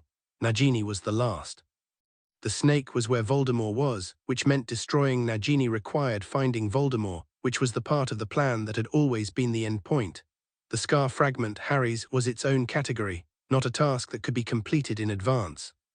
The thing tethered to Voldemort would resolve when Voldemort was gone, or it wouldn't, and they had argued about this for months, Harry's hypothesis against Dumbledore's older, darker conclusion, and had arrived at an agreement that felt less like consensus and more like two parties agreeing to find out which of them was right, and accepting that the finding out was going to be uncomfortable regardless. Tony had not accepted this agreement. Tony's position, stated clearly and with increasing frequency as fifth year progressed, was that the Horcrux in the Scar question was not a test the hypothesis situation, and was a solve the problem before the test situation. and that if anyone was going to run magical research on what was inside Harry's head, it was going to happen with the full resources of Stark Industries and Bruce Banner's brain and Hermione's framework, and not on a timeline controlled by a confrontation with a dark wizard. Bruce had spent 4 months building the research. The result, dense, careful, running to 63 pages plus appendices, was the most comprehensive analysis of Horcrux containment and dissolution anyone had ever written. Partly because no one with Bruce's scientific background had ever seriously engaged with the problem before, and partly because Hermione had spent those 4 months functioning as his research partner via letters of extraordinary depth and frequency that Madame Pince had eventually noticed, because the owl traffic was affecting the library's morning light. The conclusion matched Harry's hypothesis. The fragment in the scar was tethered to Voldemort, not to Harry. It was parasitic, not symbiotic, drawing its coherence from the source rather than from the host. When the source was severed, the fragment would lose its anchor. It would not destroy Harry in the process because it was not integrated with Harry's magical or biological structure. It had always existed alongside him, not within him. He was going to let you walk into death, Tony said when Bruce presented the conclusion. He thought it was necessary, Harry said. It wasn't. I know, Harry said. I told him that. You told a man who's been planning your life since before you were born that his plan was wrong, Tony said, and then you went back to school. Yes, Harry said, and you're fine about it. He thought he was protecting everyone, Harry said. He was wrong about the method. He wasn't wrong about the intention. He looked at Tony with the careful, direct gaze he used when he was saying something he'd thought about properly. He loves this world. He spent his whole life trying to protect it. He's made terrible mistakes doing it, and he's carried the weight of those mistakes for decades. I'm not going to be angry at him for loving the thing wrong. I'm going to be glad we worked it out before it mattered. A silence. Steve said from across the room, that's a remarkably generous way to look at it. Nat taught me that being right isn't the same as winning, Harry said. If I make Dumbledore wrong, I win an argument. If I work with him, we fix the problem. He paused. I'd rather fix the problem. Tony looked at him for a long moment. When did you become the wise one? Tony said. I've always been the wise one, Harry said. You've been confusing it with Hermione being the smart one. Those are different categories. I'm both, Hermione said without looking up from her book. Dolores Umbridge came to Hogwarts in September of 5th year with a ministry appointment, a pink cardigan and a comprehensive plan for the institutional capture of the school. The plan was elegant in the way that plans built on the assumption of unchallenged authority are elegant. It depended on a sequence of small tightenings, each one individually dismissible, that accumulated into something that controlled every significant decision in the building. Educational decrees. Restrictions on assembly. The inquisitorial squad selected students given authority over other students, which was not a new idea in the history of control and had the same results it always had. Defense against the dark arts reduced to theory with no practice, which was a specific attack on the one subject most relevant to what was coming. She started with the staff. Restrictions on independent curriculum decisions. Observation requirements. A slow, careful pressure on Dumbledore's authority that was designed to render him a figurehead without the optics of a direct confrontation. Then she started with the students. The first time she tried to discipline Harry, it was for telling his defense class that Voldemort had returned. She called him to her office, all pink, all dolls and kittens and the particular horror of softness deployed as weapon, and explained with her sweet fixed smile that ministry policy was that rumors about you-know-who's return were harmful, irresponsible and subject to disciplinary consequences. Harry sat in the flowery chair across from her desk and looked at her. Voldemort has returned, he said. The smile stayed where it was. Mr. Potter, I was in the graveyard, Harry said. I watched the ritual, I dueled him. I have a documented record of the event verified by 4 adult witnesses and an artificial intelligence with perfect timestamp accuracy. He paused. You know this. You were there when we presented it to the minister. So when you tell me I can't say Voldemort has returned, what you're actually telling me is that you want me to lie. Telling you, Umbridge said, the sweetness going slightly strained at the edges, that there are appropriate channels. The appropriate channel is the truth, Harry said. What's in your detention, by the way? He'd been looking at the quill on the corner of her desk, a quill that didn't have an inkwell beside it, which was interesting. Umbridge followed his gaze. Her smile went somewhere it wasn't showing. Students who require additional instruction inappropriate. It's a blood quill, Hermione said from the door. She was there because she'd been outside, not eavesdropping, she told Harry later. She'd been returning a book to a nearby classroom and had heard the conversation through the open door and had made the assessment that the conversation would benefit from a second participant. Umbridge turned. She looked at Hermione with the expression that had replaced the first assessment she'd formed, no longer the managed benevolence, something harder and more direct. Miss Granger, a blood quill, Hermione said, walking in and picking the quill up before Umbridge could stop her, which Umbridge clearly wanted to do based on the movement she made and stopped mid-action. It writes in the user's own blood by cutting the back of the hand. It's classified as a dark object under the 1965 Restriction of Harmful Implements Act, Section 4, subsection. She turned the quill over in her hand. Actually, I have the full citation in my bag. Classified as a dark object banned from use on minors, carries a mandatory ministry review for any educator found to have used it in a student context. She set the quill down. You've been using this on students. Umbridge's smile was entirely gone. That is ministry. No, Hermione said. It isn't. I've read the relevant legislation. She reached into her bag, which was charmed to be significantly larger inside than out, a modification she'd made in third year, and produced a document. Here, cross-referenced and annotated, the ministry's own educational guidelines explicitly prohibit corporal punishment and the use of objects that cause physical harm. A blood quill causes physical harm. That's not an interpretation, that's a definition. She set the document on Umbridge's desk. I'd like a list of the students you've used it on, please. Umbridge stared at her. Harry watched Umbridge look at Hermione and understood, watching it happen, something he'd understood in the abstract for years. The particular shock of someone who has built their authority entirely on other people's fear of confrontation encountering a person who simply doesn't have that fear. Umbridge had a template for difficult students. The template involved a combination of authority, condescension, and implied threat, and it worked because most students were afraid of consequences in a way that made the threat credible.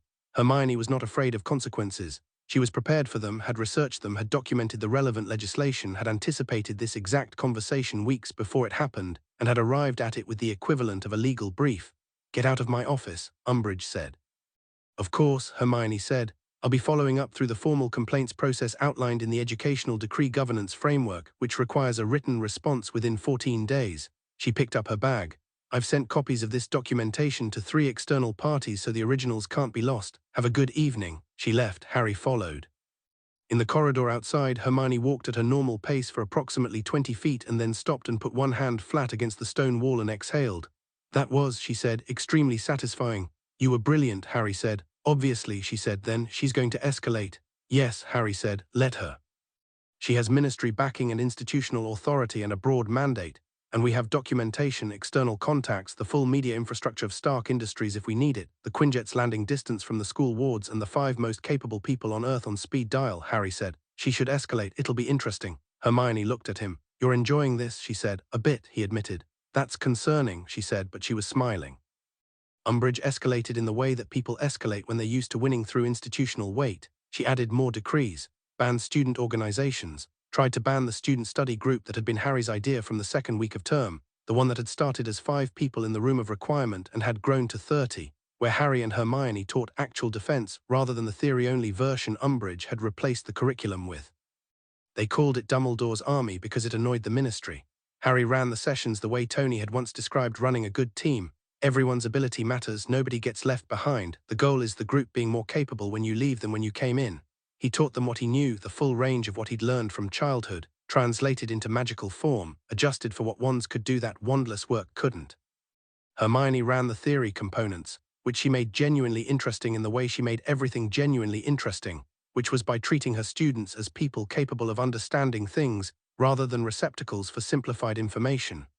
Neville Longbottom became, over the course of those sessions, something that nobody who'd only known him as a nervous, 11-year-old with a toad would have predicted. He was steady and strong and had a specific talent for herbology-adjacent defensive magic, plants growth, the kind of magic that drew on the same patient, persistent quality that made him good with living things. He hit a stunning spell in the 3rd session that knocked a practice dummy clear across the room of requirement and sat down immediately, looking shocked at himself. "Stop sitting," Harry said. Neville looked up. "That was excellent," Harry said. "But you sat down like you needed to apologize for it." "You don't." He held Neville's gaze. "You hit that spell because you're good at this and you've always been good at this, and the only thing that ever convinced you otherwise was people telling you that you weren't." Neville looked at Harry. "Keep going," Harry said. Neville kept going. Ron turned out to have a talent for tactical coordination, an eye for the whole field, a sense of where everyone was and what each person needed. That was the same spatial intelligence he used in chess applied to moving bodies in space. Harry had noticed it in the 1st session and had started running him through scenarios, not dueling, not spell casting, but the management of a room full of people in motion, which Ron took to with a focus that was new and recognizably him at the same time, like it had always been there, and just needed the right context to show up. "You're good at this," Harry told him after a session where Ron had coordinated a 4-person defensive rotation that had held for 6 minutes against Harry's attacks. "It's like chess," Ron said, with more shouting. "Yes," Harry said, "exactly." Ginny Weasley, Ron's younger sister, who had joined the group in the 3rd session with the determined energy of someone who'd been waiting for permission and had decided she was done waiting, turned out to be exceptional. Her spell accuracy was already high when she arrived and climbed fast, because she had the same quick instinctual learning that Harry had, the kind that didn't need to understand before it could do, that could do first and understand after. She had 3 older brothers who treated the house as a combat training ground without meaning to, and she'd absorbed the environment. She also had Harry's complete, undivided attention in sessions, which Ron occasionally made pointed remarks about and which Harry chose not to engage with on the grounds that engaging with it would confirm what Ron was implying, and Harry was not prepared to have that conversation in a room full of 28 people. Hermione made a note about this in her personal notebook, which she shared with nobody. Umbridge found the room in April. She didn't find it by magic. The room of requirement was not findable by people who weren't trying to find it in the right way, and Umbridge's investigation had been methodical but blunt, which was her style. She found it through Marietta Edgecombe, who told her which was the oldest failure mode in any secret operation, the one person who was afraid enough to break. Harry had prepared for this. Not this specifically, he hadn't anticipated Marietta, but the category of it. The preparation was simple. No critical information was stored in the room itself. The existence of their work was not dependent on the room's secrecy, and the consequences of exposure were navigable because Dumbledore had agreed, in a quiet conversation in February, to take responsibility for the organization if the Ministry came for it, which meant the Ministry came for Dumbledore instead of the students. Dumbledore took the fall with the particular elegance of someone who had decided that the best use of his accumulated authority was to spend it down for the benefit of people who had more future than he did. He left the school ahead of Umbridge's attempt to arrest him, which he did by disappearing from his own office in the middle of a conversation with 2 Ministry officials, in a way that was so neat and so complete that it left the officials standing in an empty room with the faint smell of lemon sherbet, and absolutely no idea what had just happened. Harry watched Umbridge become headmistress from the position of someone watching an opponent move exactly as anticipated. She moved into Dumbledore's office, which rejected her. The portraits turned their backs, the instruments stopped working, the desk drawers locked themselves with an audible click that carried something unmistakably satisfied about it. She issued decrees that were increasingly desperate in their specificity, which was the sign of an authority that was starting to feel the edges of its own limits. She sent owls to the Ministry with increasing frequency. And she used the blood quill on students who said the wrong things, which Hermione had documented, continued to document, and had now organized into a file of extraordinary density that she was building toward a specific purpose. The purpose was the trial. Hermione had identified in October that the blood quill usage created grounds for a formal Ministry tribunal, not just a complaint, a tribunal with subpoena powers and documentary requirements and the specific procedural machinery that made it possible to compel testimony under oath. She'd spent months preparing the case. She'd sent the preliminary documentation to 2 wizarding barristers whose names she'd found in the back of a legal directory in the Hogwarts library, and both had written back with the same assessment. The case was strong, the evidence was clean, and the political timing was the only variable. The political timing was whenever Voldemort's return became impossible to deny, which was now or close enough to now to be worth moving. The Department of Mysteries, Harry said. They were in the room of requirement on a Thursday evening in May, just the 2 of them, the rest of the group dismissed, the room configured into the workspace that had become their default for planning conversations.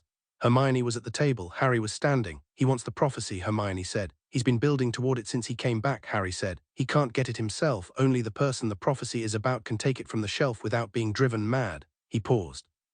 He's going to use someone to get to me. Sirius, Hermione said. Yes. Harry had been sitting with this for 2 weeks, the vision that had come through the scars connection, Sirius in the Department of Mysteries in danger, the image placed there by Voldemort with the precision of someone who understood that Harry's attachments were the most reliable levers available. It's a planted vision. He knows I can feel him through the scar, he's been using it. You've been practicing occlumency, Hermione said. Snape has been teaching me, Harry said, which has been an experience. He looked at the table. I don't think the vision is about Sirius being there now. I think it's about getting me to go there because he needs me to pick up the prophecy, and the prophecy is what he wants. So we give him what he wants, Hermione said, on our terms. If we go, we control how it goes, Harry said. We don't go, he finds another way and we lose the initiative. He looked at her. And I want the prophecy, I want to hear the whole thing, not because it tells me what to do, because it tells me what he heard that started this, and that matters. Hermione was quiet for a moment. Full team, she said. Full team, Harry agreed. Dumbledore's army, Hermione said. Not as backup, they need to know what's happening, they've trained for this. Yes, Harry said, and I'm calling Tony. Nodded once. One more thing, she said. He looked at her. The scar fragment, she said. If we're right, if it dissolves when Voldemort is destroyed and not before, then tonight accelerates the timeline toward the final confrontation. She held his gaze with the steady, level directness she'd had since childhood, the look she'd had in the crib at Godric's Hollow, apparently the one that filed everything for later. You're ready for that? It wasn't a question. Yes, he said. So am I, she said. The Department of Mysteries at midnight was not the same place it was in the daytime. Not that anyone spent significant time there in the daytime either. It was the Ministry's most restricted section, a series of rooms dedicated to the study of things that defied categorization, staffed by unspeakables who had committed to the Ministry of understanding things that couldn't be fully understood. But at midnight it had the quality of a place that had been waiting for something, stone corridors and the specific cold that came from rooms where the ordinary rules of things were under active examination. Harry, Hermione, Ron, Neville, Ginny and Luna, who had joined the army in February and had a quality of attention that was strange and accurate in equal measure, and who Harry had learned to listen to, came through the flue at the Ministry and down through the levels with the efficiency of a group that had been moving together through practice spaces for months. The Death Eaters were waiting in the Hall of Prophecy, 12 of them. Masked, robed, the black and silver of people who'd built their identity entirely on affiliation, and had nothing underneath that affiliation except the fear of the person they served, and the ideology they'd used to justify the fear. They arrayed themselves through the hall's rows of glowing spheres with the practiced positioning of people who'd done this before, which they'd been in the Ministry, some of them, for years. Lucius Malfoy stepped forward. He was tall and silver-haired and wearing his authority the way he wore everything, as if he'd been born into it and the universe had correctly identified this. He looked at Harry with the smooth, controlled expression of a man who believed he had the situation framed and was about to close the frame. "Harry Potter," he said, "we've been expecting you." "I know," Harry said, "I expected you to expect me." A brief pause. Lucius recalibrated. "The prophecy," he said, "pick it up. Hand it to me. Nobody here needs to be harmed." "Nobody here will be," Harry said, "but not because I'm giving you anything." "You are surrounded," Lucius said with the patience of someone explaining something to a child. Harry looked around the hall, the Death Eaters, the rows of prophecies. His 5 people, Ron with his wand out and his feet set the way Harry had spent months teaching him. Hermione already in motion, not attacking, repositioning to the tactical angle she'd identified in the first 2 seconds. Neville breathing steadily, the stunning spell ready in his casting hand. Ginny and Luna side by side, Luna with the dreamy focus she always had in combat, which was more effective than it had any right to be. Then Harry looked at the ceiling. The glass dome of the Department of Mysteries was 12 feet above the hall. Through it, visible against the night sky, was a repulsor light. Harry looked back at Lucius. "You miscounted," Harry said. The dome exploded inward. Iron Man came through it at speed, shedding glass in every direction, and hit the far end of the hall with the controlled deceleration of someone who'd done this in significantly more dangerous environments and found 12 Death Eaters comparatively manageable. Steve Rogers came in through the main entrance 30 seconds later. He'd come up through the Ministry the old-fashioned way, on foot, because Steve had always preferred the straightforward approach. Thor dropped through the dome opening behind Tony and landed with an impact that sent 3 Death Eaters off their feet before they'd processed that he was there. Natasha came in last, quiet, from a direction nobody had tracked, and she was already among them before the first curse was cast. The Hall of Prophecy became briefly extremely loud. Harry moved toward the prophecy shelf, the one his name was on, the one that Hermione had identified from the Ministry's archived catalogue of subjects, and picked up the glowing sphere. It was warm and light and felt like it was vibrating at a frequency just below audible, the specific resonance of a contained truth waiting for the right moment to be heard. He looked at it, then he looked up. Voldemort was in the doorway. He had come in the way powerful things come into rooms, as if the room had always been waiting for him and was only now fulfilling its purpose. He was tall and red-eyed and moving with the specific terribleness of a restored body in full command of itself, and the 12 Death Eaters who weren't already incapacitated or occupied straightened in his presence like plants turning toward poisonous light. The room's combat paused. Not completely. Natasha didn't pause for anything, but the attention of everyone in it shifted, the way attention shifts when the thing everyone has been waiting for walks in. Voldemort looked at the hall. He took in Tony's suit, Steve's shield, Thor standing in the rubble of the dome's glass with Mjolnir at his side, and an expression of serene readiness. He looked at Hermione, who had moved during the moment of pause to a position that was clearly tactical and clearly informed, and was looking at him with the focused, measuring gaze of someone who had been studying this problem for 5 years. Then he looked at Harry. "You brought them again," he said. "They came," Harry said. "There's a difference." A brief silence. "The prophecy is in your hand," Voldemort said. "Yes," Harry said. "You have heard it." "I'm about to," Harry said. He looked at the sphere, he held it up and listened. The prophecy spoke, the dead seer's voice contained in the glass for 15 years, preserved for the person it was about to hear it from the beginning. The full thing, both halves. The child born as the 7th month dies, the mark of an equal, the power the Dark Lord knows not, the power he knows not. Harry lowered the sphere, he looked at Voldemort. "The power you know not," Harry said. "Love, Lily Potter's sacrifice, the magic it left in me." He paused. "You've never understood it. You've read about it, studied it, probably tried to account for it, but you've never felt it, which means you can't model it accurately, which means it's always going to be outside your calculations." Voldemort's eyes were flat and cold. "Sentiment," he said. "No," Harry said. "Physics. A force you can't measure affects your calculations. You keep losing because there's a variable you keep ignoring because it doesn't fit your model of the world. He put the prophecy back on the shelf. I don't need this. The prophecy was about what you would do, not what I have to do. You fulfilled it when you chose me. Everything after this is my choice. Voldemort raised his wand. Then choose, he said. Harry raised his. The duel in the Hall of Prophecy was nothing like Dumbledore's version of it would have been, not a formal, circling exchange of escalating power, not the theatrical gravity of two destined combatants finding their final answer.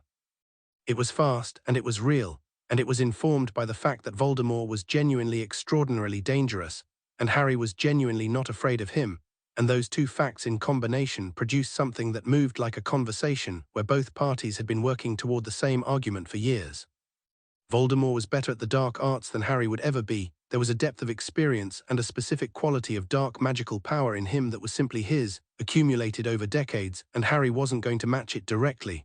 He wasn't trying to match it directly. He was trying to last long enough. The others weren't spectators. The Death Eaters regrouped around Voldemort and Tony and Steve, and Thor engaged them. Not casually, not easily. These were trained dark wizards at the height of their power and capability, and they pushed back with everything they had, but the engagement kept them away from Harry. Hermione was at Harry's back, literally, covering the angles he wasn't watching, which was the oldest version of their partnership translated into its highest stakes form. Neville took down two Death Eaters with the stunning spell from 30 feet, clean, fast, with the particular efficiency of someone who'd spent months being told he was capable and had finally stopped needing to be told. Ron coordinated the room. It looked like chaos from outside. From inside it was a system because Ron was always watching the whole board. Harry dueled Voldemort through the hall's rows of prophecies, some of which broke as curses hit them and released contained futures into the air in formless, dissolving bursts. He kept moving. He kept the connection from forming, kept Voldemort from landing the killing curse by being in constant motion, by using the spatial awareness that had been his first gift and was still his best one, by fighting the way Natasha had taught him, not to win immediately, to deny the opponent what they need. What Voldemort needed was stillness. He needed Harry to stop moving, to stand and face him in the direct exchange that Voldemort was built for, the escalating contest of power that Voldemort had won every time he'd fought it, because nobody was more powerful than Voldemort in that mode. Harry didn't stop moving. The fragment in his scar, the one they'd been tracking for 5 years, the one that had been confirmed by 63 pages of Bruce's research, started doing something it had never done before. It started hurting. Not the ambient ache he'd had his whole life, not the sharp pain of emotional connection with Voldemort, but a structural pain, the pain of something that was losing its foundation. Every time Voldemort pushed power toward Harry and it hit the love protection and came back, the tether between Voldemort and the fragment in Harry's scar was stressed. It was like a rope being pulled from both ends. Harry understood what was happening and fought through it. Hold on, baby, Lily had said in the graveyard in the golden light. He held on. The Nagini problem solved itself in a way nobody had planned. Neville solved it.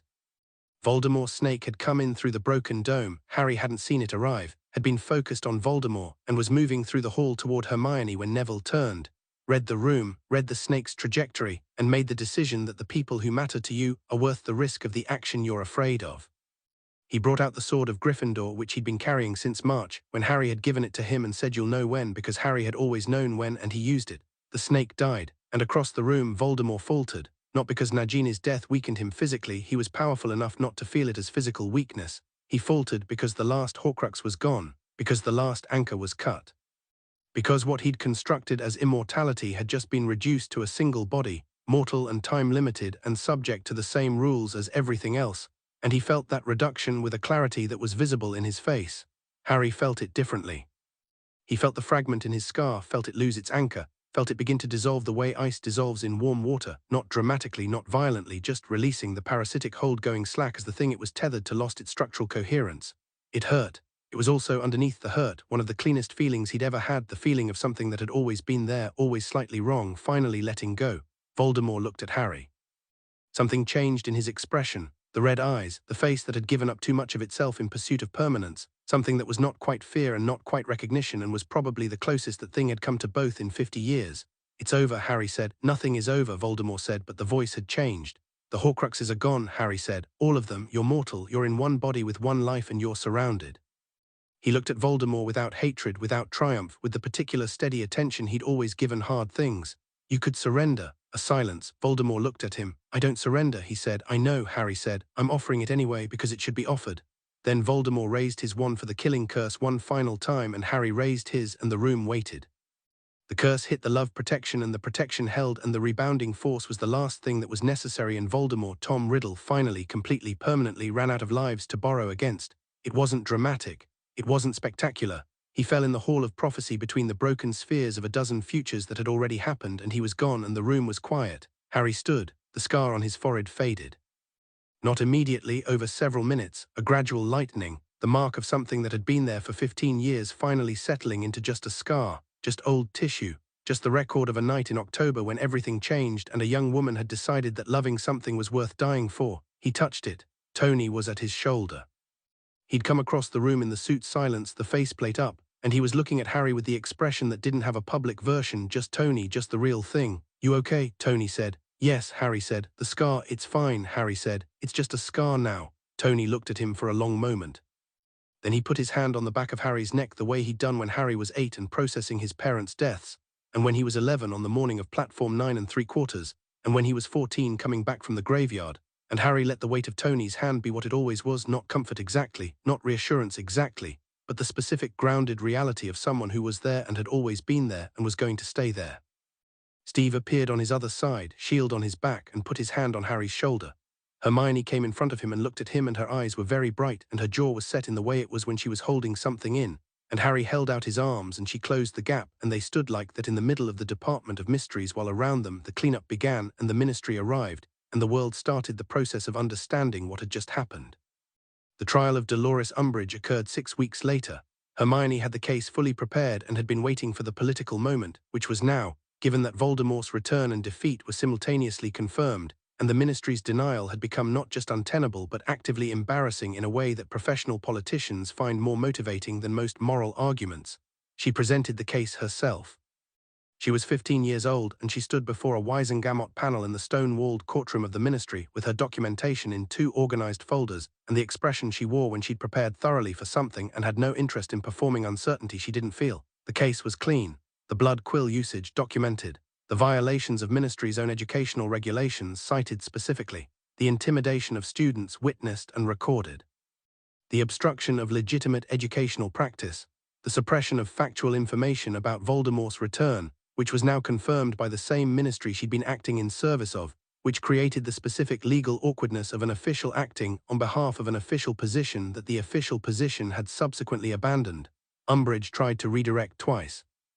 Both times Hermione returned to the evidence without raising her voice or changing her pace, because Natasha had told her at age 11 that the most powerful position in any confrontation was the one that didn't need to react, and Hermione had been practicing it ever since. The panel voted 11-4 for conviction. Umbridge was removed from Ministry service with a formal censure and a permanent prohibition on working with minors. Hermione gathered her folders. She walked out of the courtroom and into the corridor where Harry and Ron were waiting, and she said nothing for a moment, just stood with her folders and her closed expression and the specific quality of someone finishing a very long piece of work. "Well," Ron said. 11-4, she said. Ron's face split into the grin that was one of the better things Harry had been around for 5 years. He picked Hermione up, just lifted her, as Ron sometimes did when he forgot he was significantly taller, and it was the most natural expression of the moment, and Hermione made a sound that was approximately half protest and half laugh. "Ron," she said. 11-4, Ron said, setting her down. "Put me down," she said, which was technically after the fact. Harry looked at both of them. He thought about the compartment on the Hogwarts Express 5 years ago, and Neville and his Toad and Draco Malfoy's failed performance and the chess game that had run until 1 in the morning. He thought about the way things accumulate, not the events but the people, the choosing of people, the staying. "Come on," he said. "Let's go home." Stark Tower in June was open and bright and smelled of coffee and machine oil, and whatever Clint had been cooking since that morning, which turned out to be an ambitious attempt at a full English breakfast that had gone sideways at the bean stage and sideways again at the egg stage, and was currently being defended against Tony's commentary with the aggressive positivity of someone committed to a creative vision. Harry and Hermione came in through the main entrance and the elevator and into the communal kitchen, and the team was there, all of them, the full configuration, which was rarer and more precious for being rare. Tony at the counter with his coffee and his tablet already talking.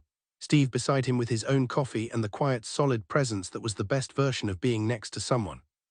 Natasha at the table reading, which might have been casual if you didn't know her well enough to see that she'd heard the elevator and had already done a full sweep of the room's access points before they came through the door. Bruce with a notebook, always a notebook, making margin notes on something that was probably not breakfast reading but was unquestionably interesting. Thor was attempting to assist Clint, which was making the breakfast situation significantly more adventurous. Clint saw them first. He pointed his spatula. "The conquering heroes," he said with the specific warm irony of someone who genuinely meant it and wasn't going to be sentimental about it if he could avoid it. "There's enough food," Harry said, looking at the ambitious production on the stove. "Define enough," Tony said. "Enough for 2 extra people and Thor," Harry said. "Thor has already eaten twice," Steve said. "I am celebrating," Thor said, unrepentant. Hermione put her folders on the table beside Bruce's notebook and sat down and looked around the room, and something in her face settled, the specific settling that happened in this room, in this configuration of people that Harry had watched happen in her since they were small enough to fit in the same crib. She was home. She was always home here, whatever else was true. Bruce looked at the folders. He looked at Hermione. 11-4, he said. 11-4, she confirmed.